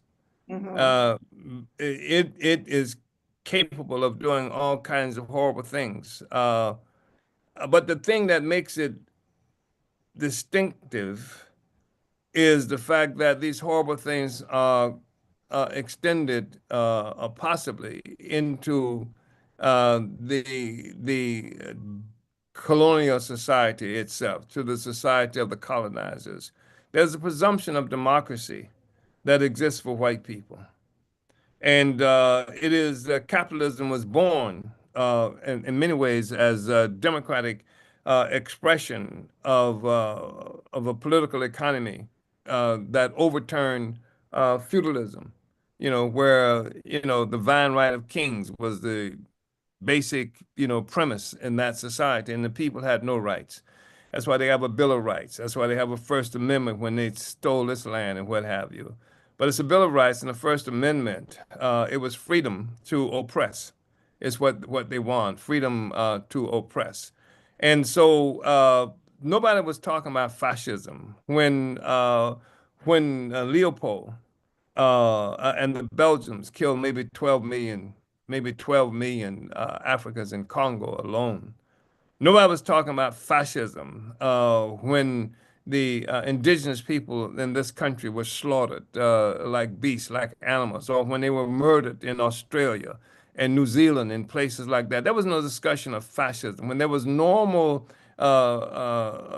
torture that people were quite conscious of African people on these plantations, and when the fact that you had this system called convict leasing. It was not called fascism, nothing about fascism, because this was normal for colonized people. What was abnormal is what was happening to white people, which is why it was necessary to come up with a different characterization, because white people were separate from the rest of us.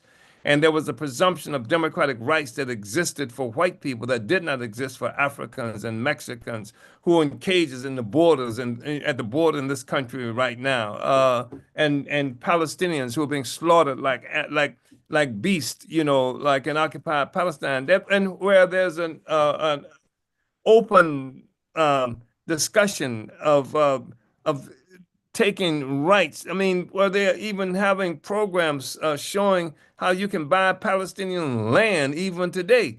That land is not for sale to Palestinians.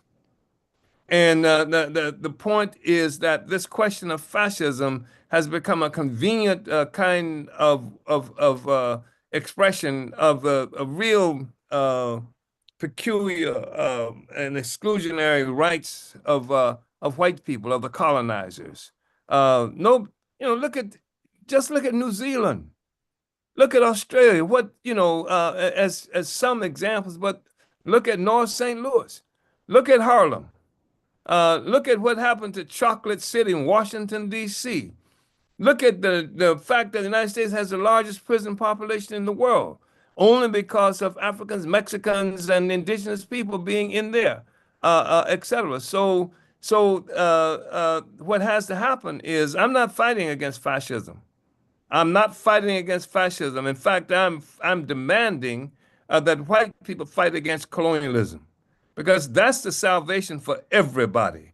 To be simply demanding that African people engage in a struggle for against fascism is demanding that African people unite with a sector of the colonial ruling class in its fight with another sector of the colonial ruling class. That's why I appreciate the title of this conference. It's not just Trump, it's the whole damn system. And it's necessary to say that, because most of the time when you hear criticisms of Trump, it's an apology for the Democratic Party. The thing is that we are against Trump, so what are you for? What are you for? Well, they're for some imaginary stuff because they're not for the African People's Socialist Party. They're not for the Uhuru movement. They're not for the Mexican liberation movement, as opposed to being for Trump. So what are they for? They're for the Democratic Party. That's the alternative in one way or another. They're for some form of colonialism that does not disturb anybody. And that we're not going to do that anymore. And that's one of the things I found so important about the Hands Off Uhuru, Hands Off Africa movement that we've just, you know, we continue to build is because it allows people to continue to engage in the struggle against the whole system, not Trump. We're not in this thing to fight Trump. We're in this thing to fight against colonialism. And when you look at the track record, wow, and we don't have much time, do we? Okay. Uh, uh, because you're Chairman, muted. go ahead. I just wanted to say, Go ahead. go ahead. No, I want you to put out your whole thought, and we may have fewer questions and we can save them for the next time. But this is, No, go ahead. No, go ahead and say whatever else was going to be said. Yeah, go ahead. Yeah. well, no. I mean, this is an opportunity for, USM and APSC to really go in deep and to hear you really exploring and, deepening these questions. So, I want to say that we've just started this with a discussion around the Black Power blueprint. And the Black Power blueprint didn't drop out of the sky. It's a part of the struggle, part of our history as the party. You can go back from the very beginning. You will find us doing this, building, struggling for economic independence. And when we try to do it in a fashion that bring masses of African people into this process as well. And this is anti-colonial movement. We've said that. We've never not been a part of an anti-colonial movement. We've never not. We've always said this is what we even refused for years and years. We wouldn't take a grant, and because of the conditions. And the only thing that changed that was George Floyd. And when they murdered George Floyd, they opened the floodgates to white folk colonizers who needed to prove to the world their disgust with the blatant public lynching of George Floyd. And so they say, to prove it, we're going to make these resources available. And we changed the terms.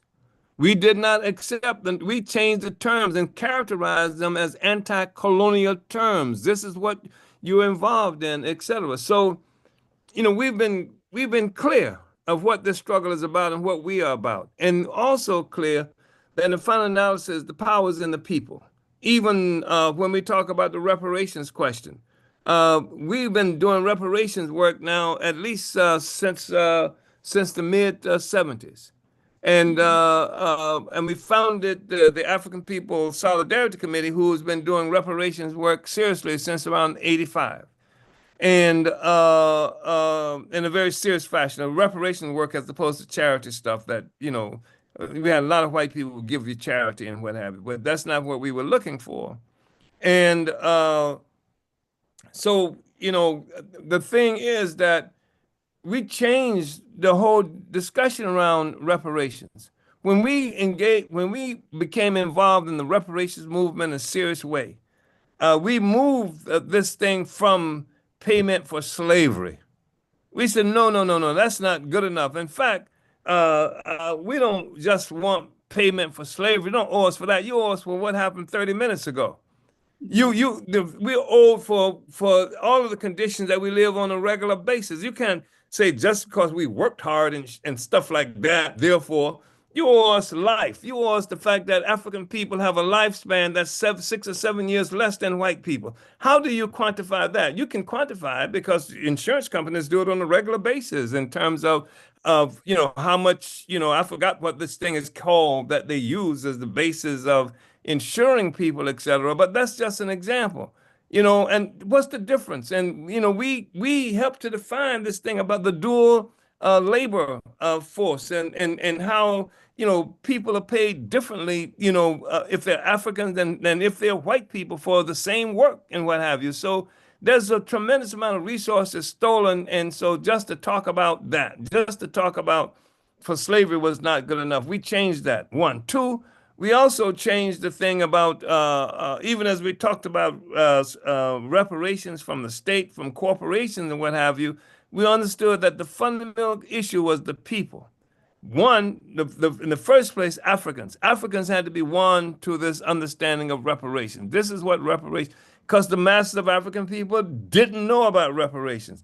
And there were some very important people who played leading roles in trying to raise the reparations issue, but it never was a mass issue. We created the first mass organization dedicated to the thing of reparations, and not just conceptually, but actually engaged in struggle and demonstrations and had regular tribunals where we were producing and promoting the evidence of reparations due to us because of they've murdered this person, because the number of people who are in prison, because of Attica, what happened there, etc. This is the kind of thing that we introduced into that discussion. So the people were fundamental, always fundamental. And so that's one aspect of the people being fundamental. The other aspect of the people being fundamental is the work that's being done by the solidarity forces to bring the people. In this instance, we're talking about ordinary white people. We're talking about ordinary colonizer citizens to become a part of this. And this is the way they make a criticism of the system and the relationship the system has to African people. They make a criticism of the government. You want to fight against all these other people that you say that you hate so much and you love me so much. Well, the way you fight against them is to unite around the question of reparations, not just in conceptually either. Unite with reparations, because people say, well, how does reparation look? It looks like a $160,000 basketball court that's on West Florissant here. It looks like the project that the deputy chair was just talking about a moment ago in terms of the bakery cafe. It looks like creating institutions of economic development that's been taken away from us. It looks like giving us the ability to replace in our conditions our relationship Walmart. And we replace Walmart not because we can give a Joe Biden type of socialism like Walmart is not offering $15 out. We won't necessarily be able to do that. But an African be willing to work in her own community, where you didn't have to go and put up with the stuff that you have to put up with working with white people. You don't have to leave your community to go develop something. You got a job, but you don't have a job building a house in your community. You got a job building a house in the white community. You got a job building a house south of the whatever that designation is called, that separates impoverished North St. Louis from Southern St. Louis. This is the kind of stuff that we, are talking about. This is what this project means. Even though it's a small project, even the threat of Palestine, a tiny territory, what it means to all of the Arab people. And it's the most revolutionary project there. That's why Palestine has always been a problem for all the reactionary Arabs, because of the masses of the people of the Arabs support Palestine, support the Palestinians, even if their reactionary governments don't do it. The reactionary governments make deals behind the backs of the masses of the people and what have you. That's what they have to do. And increasingly what we are seeing, when we see the masses of African people refuse to give Kamala Harris what she needed to win this election, Black people did, to the point that Black men were charged with being responsible for Kamala Harris losing the election. When we see the people reject, not just reject Harris and the Democratic Party, in part because of the murder of the Palestinians, and also because the Democratic Party and their African stooges have never done anything at all for African people, and that's not something that's being missed. We won't let that be missed. We've been complaining, we've been criticizing, we've been critiquing this all along, which is one of the reasons we were a problem for Biden and the Democratic Party too, why they had to attack us. So anyway, I've talked a lot about that, and we'll have an opportunity, I'm sure, to talk a lot more. But I'm hoping that somebody's at least double the $700 that we started out talking about. I hope, definitely, definitely. Chairman, this is so profound, and there's so much more that we can talk to you about, and we would like to have you on maybe next month. APSC has a public event once a month. So yeah, I'd like to continue this next month and, to really talk about like what you're saying, that there is nothing in the world that is equivalent of the Black Power blueprint, of the aspiration and actually making it real of African workers, the power to govern. There's nobody else saying that. Penny, may I say one other Go thing? ahead. Yeah, Yes. because I think it's necessary to, like there are leftists who would probably characterize us as right wing or something to that effect, because we are opposed to welfare slavery, and that's what it is. And there's nothing that's provided by the system. The liberals say they're doing us a favor, the Black community, by helping the poor Black people with welfare. But at the same time, they're talking about that. They deny African people the ability to feed, clothe, and house ourselves. And they initiate programs and projects to do that. Even the welfare thing, where people can't get these pennies if there's a man in the house. It requires broken families. It requires African children not having, a parent in the home. There's a whole billion-dollar industry associated with welfare. Really, I mean, they give welfare to huge agribusinesses that's responsible in the food stamps and all this other kind of stuff. I mean, they billions of dollars are in there, and it's a really critical aspect of the Democratic Party base. And there are thousands of people who have jobs, working in the welfare. Some of them, and perhaps many of them, maybe even most of them, I don't know, African people and whatever, because they have to give an African's face to a lot of this stuff, and it provides jobs for them. But what about the masses of the people that is supposed to help? Nothing. Right. Except cruelty. It's another way of establishing a police regime that people come to your house that can make sure whether or not there's a man in the house. Your Yeah. children on welfare, they become wards of the state. The parents lose control of their own children. You can't even come off welfare. You can't just say, I'm not taking it anymore. They send an agent to your house to do, to make sure. I mean, this is the kind of stuff we live with, and this is the kind of stuff that's under assault right now, by the way. Much Yeah. of this. There's a whole apparatus. I mean, even U.S. aid. People say, oh, now, Trump has stopped aid, and that's going to mean starving people. U.S. aid is a CIA operation. Yes. And tearing it down that's like they're crying because Trump is tearing down the FBI. Who's going to protect us from Biden now? This is the kind of stuff that we're looking at. So we're not getting strung out. We're not being diverted by this kind of stuff. Keep our eyes on what it is that we're fighting for.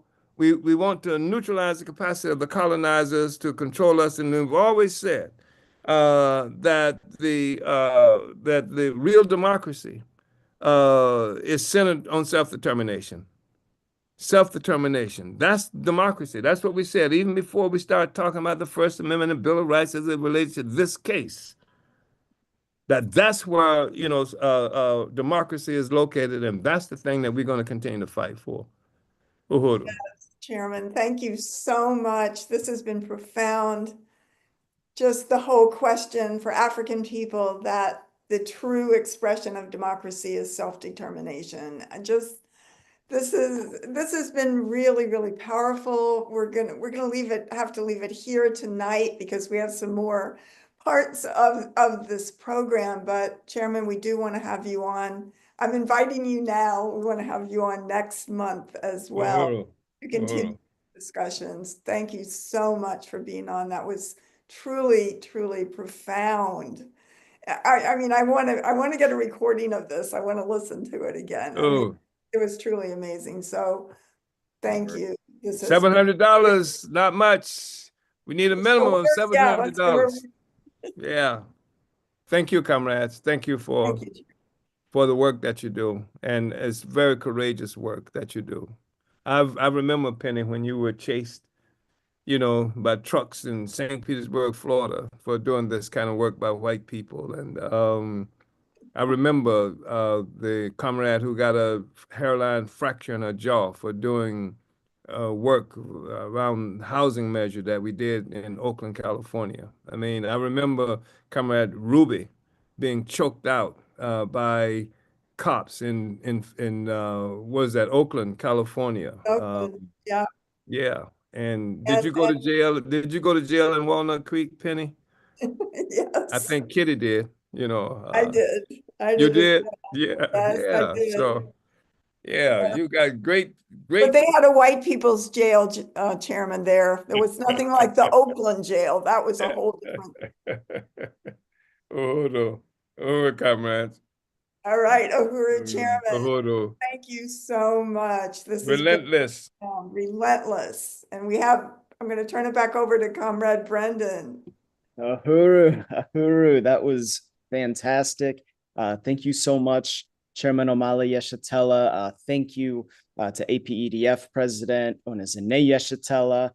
Thank you, APSC Chair Penny Hess, and as well as USM Chair Jesse Neville. for these incredible presentations, this fantastic discussion. I do want to remind people you've got a couple more minutes. If you have a question, put it in the Q&A session in Zoom or put it in the Facebook or YouTube chat. But before we get to that, I want to take a few minutes and just tell you how you can get involved in this work in solidarity with African people's struggle for liberation. The most important thing we can do to stand with all oppressed people is to join under the leadership of the African Revolution. This is what APSC was created to do. So we have a goal, I'll remind everyone, we have a goal tonight to raise $700 for the Uhuru Solidarity Center. So please go to apscuhuru.org/donate. And I want to thank everyone who has contributed so far. We are currently at $5 past our goal. So salute to everybody. Salute to Lisa. Salute to Penny. Salute to SG Ali here in St. Louis. Salute to MQ, of course. Uhuru MQ. Salute to Chairman and Deputy Chair Uhuru, and salute to Janice. Salute to Jan. Salute to Frank. Salute to Ruby. Salute to Kara, and salute to Mwezi. Uhuru. And yes, we are at $705. I strongly urge everyone, keep it going. There's no reason to stop now. Just Uhuru, we have reached our goal. Should we go to APSC Uhuru or USM Uhuru? APSCUhuru.org. Yeah. It is in our chat moderator has it in the chat. And then also has the links if you want to join in this work, apscuhuru.org/join, or if you want to join the the mass movement, the Uhuru Solidarity movement, you can go to uhurusolidarity.org/join. So be a part of it, join in this work. So Uhuru. And yeah, so if for joining APSC, you go to that website and there'll be a form, and then someone from the membership office will contact you within 24 hours, and we'll get started on the new member process, which includes more political education like tonight, and getting to work, really being a part of this, contributing your skills, your strengths to our mission of winning millions in reparations to the African liberation struggle and building a huge, powerful movement of white solidarity with Black power under the leadership of the party. This is the time to bring all the resources stolen from African people for hundreds of years to the African Revolution. So join today. Go to apscuhuru.org/join. And now I want to bring back up, fellow APSC member and the chair of the Uhuru Solidarity Movement, Jesse Neville, to make a quick announcement about an exciting upcoming event. So Uhuru, Chair Jesse. Uhuru Brendan. Thank you, comrade. And yeah, I just want to say this event was absolutely incredible. Salute to Chairman Omali Shatella, Deputy Chair Onazane Shatella, and Chairwoman Penny Hess for the brilliant overview as well. And I just want to say that all three of those incredible speakers will be keynote speakers at the Uhuru Solidarity Movement's national convention coming up in just a little under 2.5 weeks, to be held right here in St. Louis, Missouri, and you can tune in online from anywhere. White solidarity with Black power. Join the growing movement. Solidarity with African, Indigenous, Palestinian, and oppressed peoples. As this event title says, it's not just Trump, it's the whole damn system, which means that if you want to stop Trump, you have to stop the whole damn system, and you have to fight under the leadership of the Black Revolution that is doing just that. So you can go to uhurusolidarity.org/register, and I'm going to go through some quick slides just to show you what you are in for when you plan to come to the USM National Convention, which is the highest meeting body of the Uhuru Solidarity Movement. But I also want to make it clear, it is open to everybody. You don't have to be a member yet. When you come to the USM National Convention, anybody can come and learn more about what this movement is all about. So if you go to the next slide. So I just want to give you a sneak peek of the incredible speaker lineup that we have for the USM convention this year. Of course, our leadership, our keynote speaker, Chairman Omali Yeshitela, will be speaking at the USM convention.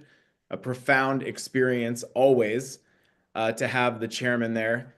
Deputy Chair Ona Zane Yeshitela will also be presenting on the work that Deputy Chair leads, the incredible work that we heard about tonight, the Black Power Blueprint, and so much more. So you don't want to miss that. Next slide.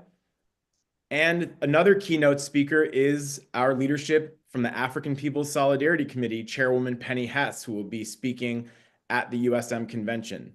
Next slide.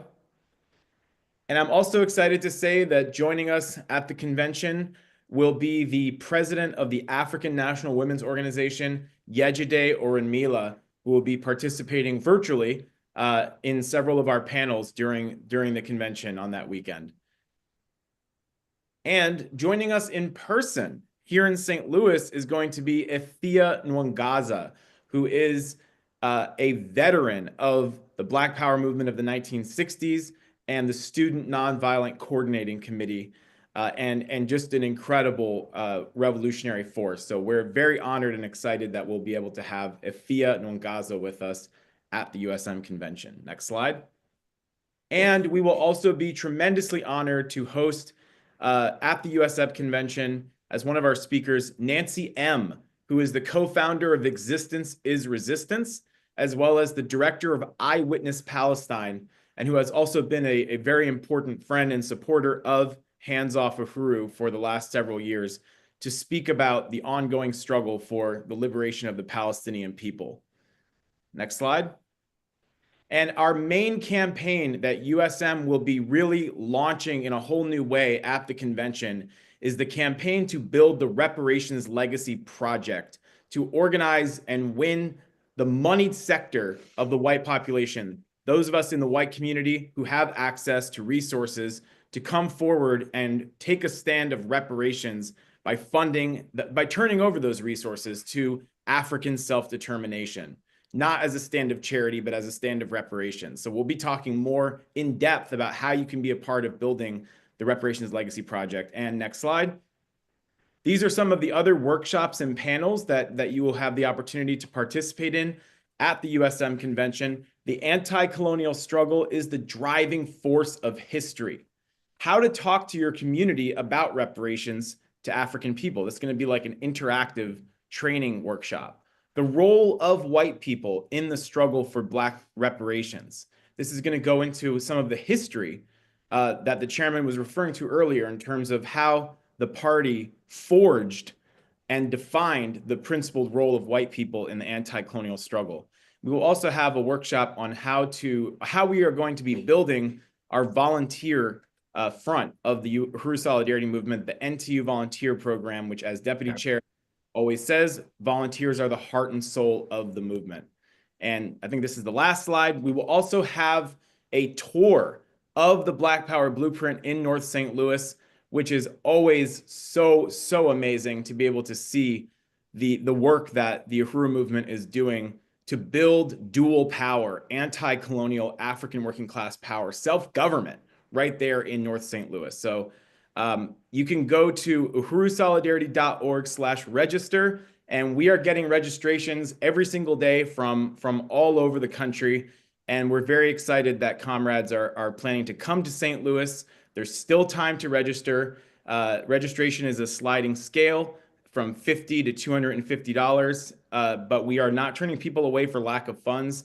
If you want to be at this convention, we want you to be at this convention. And I want to just give a shout out to everybody that, including many people who are on this event, who have been out doing outreach every single day for months to build for the USM convention. It's been an incredible campaign. Salute to Wendy Snyder, who's been coordinating the national outreach, and all of the comrades on the ground who've been doing such a great job. So join us. We will see you in St. Louis, March 15th and 16th at the Uhuru House, 4101 West Florissant Ave, for White Solidarity with Black Power, the Uhuru Solidarity Movement's National Convention. Uhuru. Uhuru, Uhuru. Yes, I know I will be there. Very excited for this incredible event. So now, as we get ready to head into our Q&A, I just want to go ahead and recognize where we have people tuning in from, and who are we all over. So Louisville, Kentucky, Buena Park, California, Oakland, California, Mesa, Arizona, Haiti. So Uhuru, salute, welcome. Columbus, Ohio, of course, St. Louis, Missouri, Portland, Portland, Maine, in Largo, Florida. Uhuru. That's just the folks that put it in the chat. And now we're going to go ahead. We'll get to our questions now. This was from Don on YouTube for the chairman. Uhuru chairman, how can the Youth and Student Working Group immediately bring itself under the leadership of the Office of Economic Development and Finance, as laid out by S.G. Loezi, and the role of African intellectuals in the world? Well, Comrade Don, it's so good to hear from you. I think you work pretty closely with Comrade Emmanuel, who is leading the party's work in developing the youth and student wing of the African People's Socialist Party, and of course, with the Black is Back Coalition for Social Justice, Peace, and Reparations. So there's a process that you can be involved in. And as you heard from the deputy chair just a moment ago, you know that they will embrace you with open arms. But there is a process. And Comrade Emmanuel, who I know you if I'm not mistaken, in the general Los Angeles, Southern California area, if this is the Don, I think it is. And so yeah, and I know you work also in the youth wing, a part of the youth working group of the Black is Back Coalition. So you're in the right place. You're in the right place. Uhuru, Uhuru, thank you, chairman. Yeah, I cannot usurp Emmanuel's role and responsibility there. You're in the right place, Uhuru. Uhuru, yeah. And if anyone else has any questions, I know I've actually got one. If we still have time, if we're still good to do that. What do you think, Chairwoman Penny? Yes. Yes, Okay. yes, So definitely. Uhuru, so Chairman, you've talked about really kind of just how, such a critical moment in history right now, and how, people are coming to these realizations about, the system and this whole structure, that, they're coming to these realizations a lot quicker at this moment in history than before. And you've talked about Donald Trump just, tearing the mask off, just being maybe unwittingly honest about his intentions and everything. And with the White House putting out the Twitter "Long Live the King" post, and the sick AI video that they just released of like a what they want a colonized Palestine to look like. Can you talk a little bit about how we can use,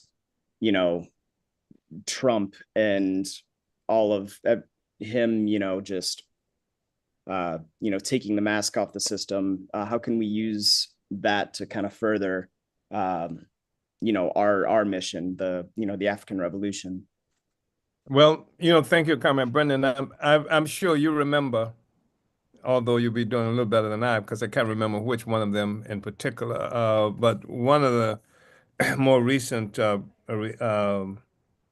political reports to Congress, and perhaps it could have been a plenary, that I wrote how important it was that Trump was challenging all of these notions about how he was exposing even the media as fake news, and how the elections, he was saying, he knew that they were bought because he used to buy them himself, and so he was doing all of that stuff, and I thought that was really important, and I think that that's why a lot of people voted for him because I'm talking about white people who some you may know that some white people who were Bernie Sanders supporters actually went over to Trump.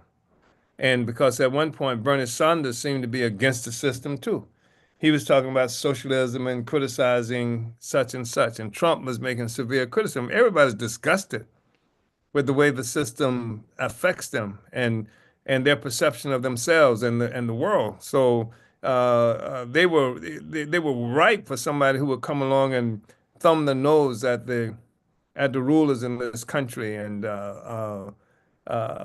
so they were ripe for that. And also, he made it possible for many people to even unleash some of their baser, uh, kind of assumptions about the society and people. But so the thing is that our responsibility is we've said that this was really important. We saw the media exposed in this process, African petty bourgeoisie exposed in this process. They had nothing. And I think the work we do, the biggest thing that we have now is that we do bring an alternative. The question is, how do we get to the people and make this alternative obvious? That's one of the reasons the government attacked us, don't want us to talk to anybody, attacked our right to speak, to travel, et cetera, because of the impact we were having and the leadership we were providing for people who were looking for real answers. We have the genuine answers, and that's what we have to find how to be more effective in doing. How do we get to the people? How do we, and this is part of it, what's happening right now, the kind of plans that I've heard that's laid out for the upcoming convention speaks to getting to those people. And as long as we don't make the mistake, I believe, in becoming apologists for the Democratic Party. I mean, there's a way, I don't have that much to say. There's a way, that the basic argument cannot be Trump. We can, just because the solution that people look for to Trump is the Democratic Party, and that's a shaky damn solution. Nobody has any confidence or belief in even the Democratic Party. How much have you heard them say? How much have you heard them talking about and fighting against what they say Trump is doing? They're empty. They're an empty vessel. And so to try to go back to the Democratic Party or to become apologists for the Democratic Party would be a serious mistake. And it would go against, yeah, just let me say that. So I think we're on the right trajectory. Uhuru. Uhuru, thank you, Chairman. And yeah, that's a good point. He exposes the Democratic Party too. So no Uhuru. So I think we've got one last question. Len asks, when MAGA talks about Trump defeating the deep state, what is the best way to respond to that using African internationalism? Uhuru, thank you, Len. We agree.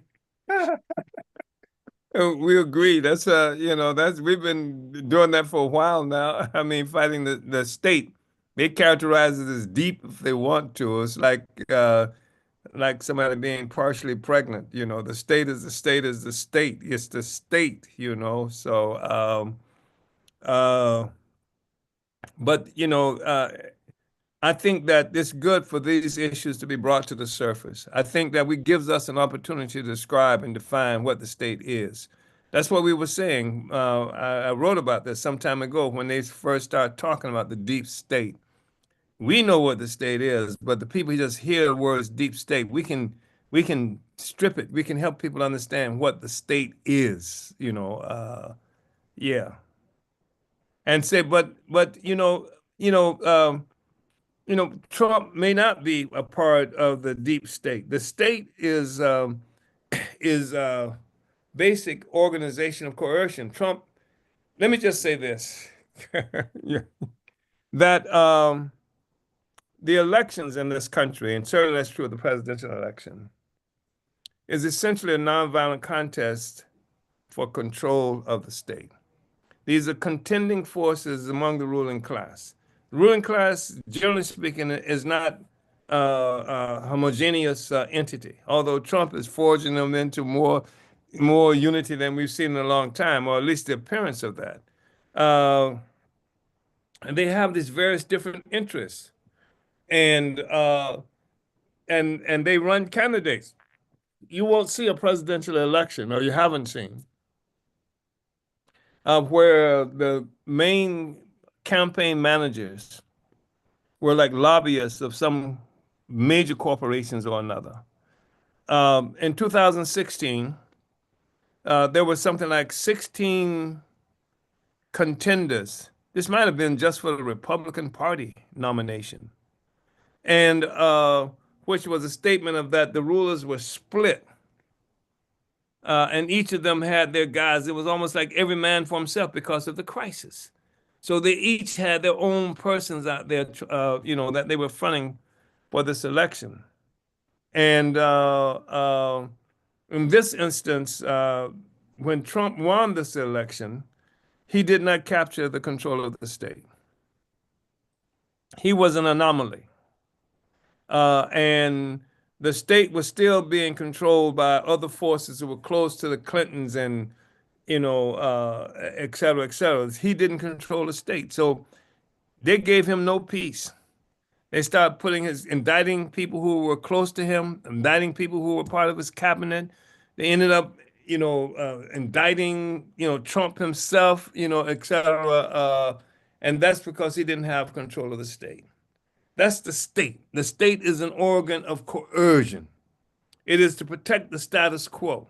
And the elections that we're looking at is this fight by the state. If they didn't have this process of the quote unquote democratic elections, you would have shootouts in the streets, but with people who were fighting for the interests of particular, economic forces, powers, et cetera.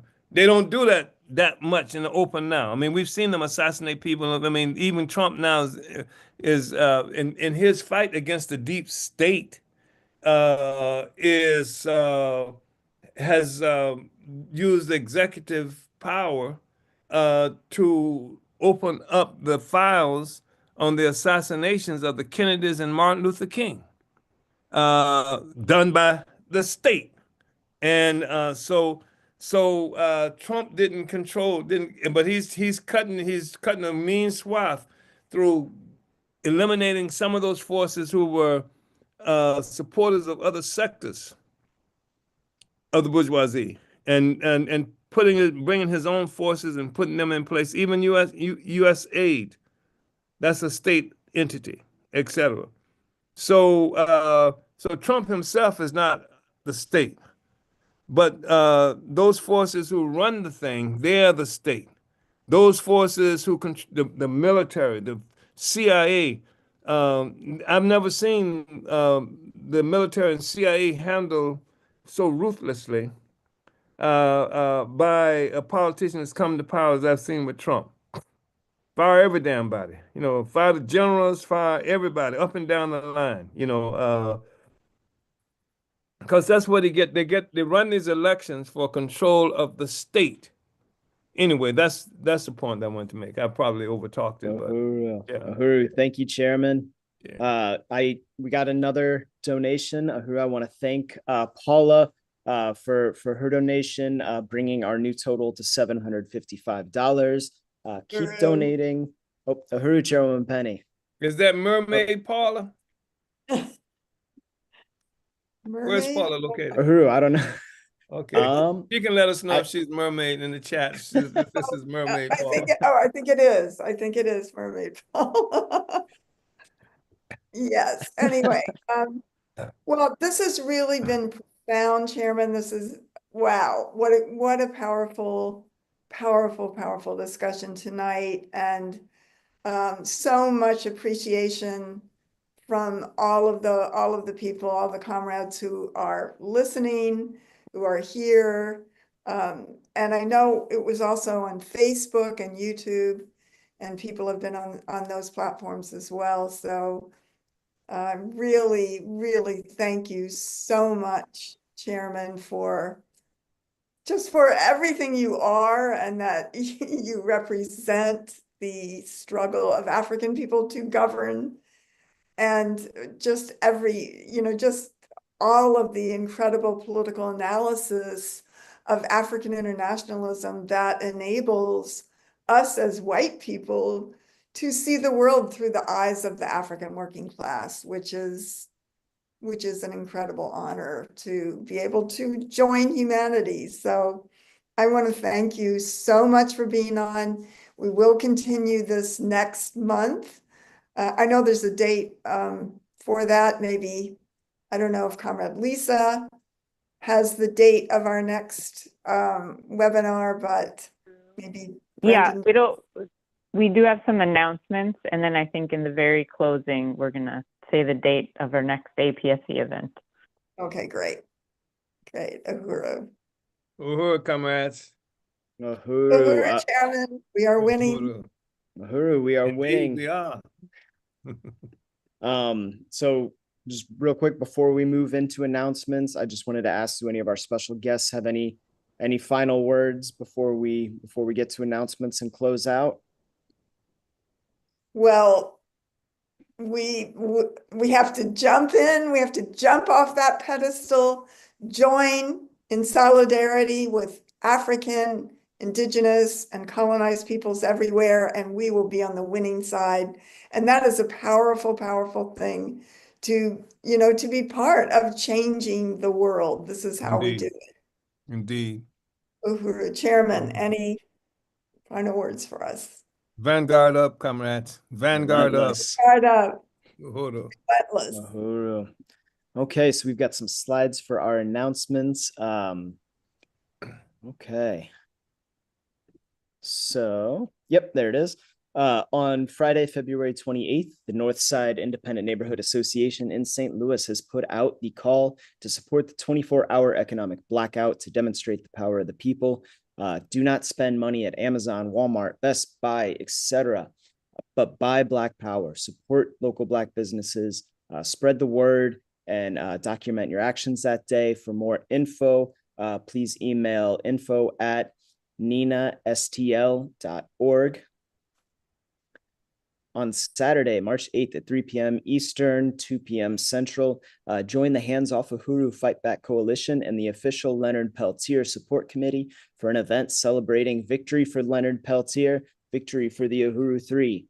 Register at handsoffuhuru.org/register. Saturday and Sunday, March 15th and 16th, right here in St. Louis, Missouri. Attend the 2025 Uhuru Solidarity Movement National Convention. For all the info and registration, go to uhurusolidarity.org/register. Calling on all APSC and Uhuru Solidarity Movement members and supporters to read and distribute the Burning Spear newspaper. Now is the time to order bundles of the March issue and that reports on the St. Louis Uhuru Bakery and Cafe's fight back and victory, and much more. Go to theburningspear.store. And a reminder that you can find resources to support your spear distribution efforts at apscuhuru.org/spear toolkit. Uhuru Planet Reparations Apparel is clothing, accessories, and more that is forwarding the culture of white reparations to African people. It is an institution of Black Star Industries. Go to the online store at uhuruplanet.com to check out the newest design, Kick the Ass of the Ruling Class. And I still need to get one of those. So find details about these and more upcoming events at theburningspear.com/events. Oh, and then and during the weekend of the convention, thank you, Len, for reminding me. There is also the Culture of Reparations Award Night, tinyurl.com/USM Performance. So, and that starts at Saturday, March 15th at 5:30 p.m. Central Time. So make sure to visit uhurusolidarity.org and apscuhuru.org To learn more about the Uhuru Solidarity Movement, the African People's Solidarity Committee, and how you can become a member and join the work to build white solidarity with Black power and unity through reparations. Thank you so much to our special guests. Thank you for participating. Everybody who joined us, online tonight. We are going to conclude today's event by showing a video compilation put together by the Hands Off Uhuru Fight Back Coalition Chair, Moise Odom. It's called A Look Back, 2 years since the FBI raids. It's just about 4 minutes long, but shows some of the work that the coalition has done. So feel free to stay on and watch, and we will see you at our next APSC event on Wednesday, March 26th. Hands Off Uhuru, Hands Off Africa, Free the Uhuru 3, Unity through Reparations. Uhuru.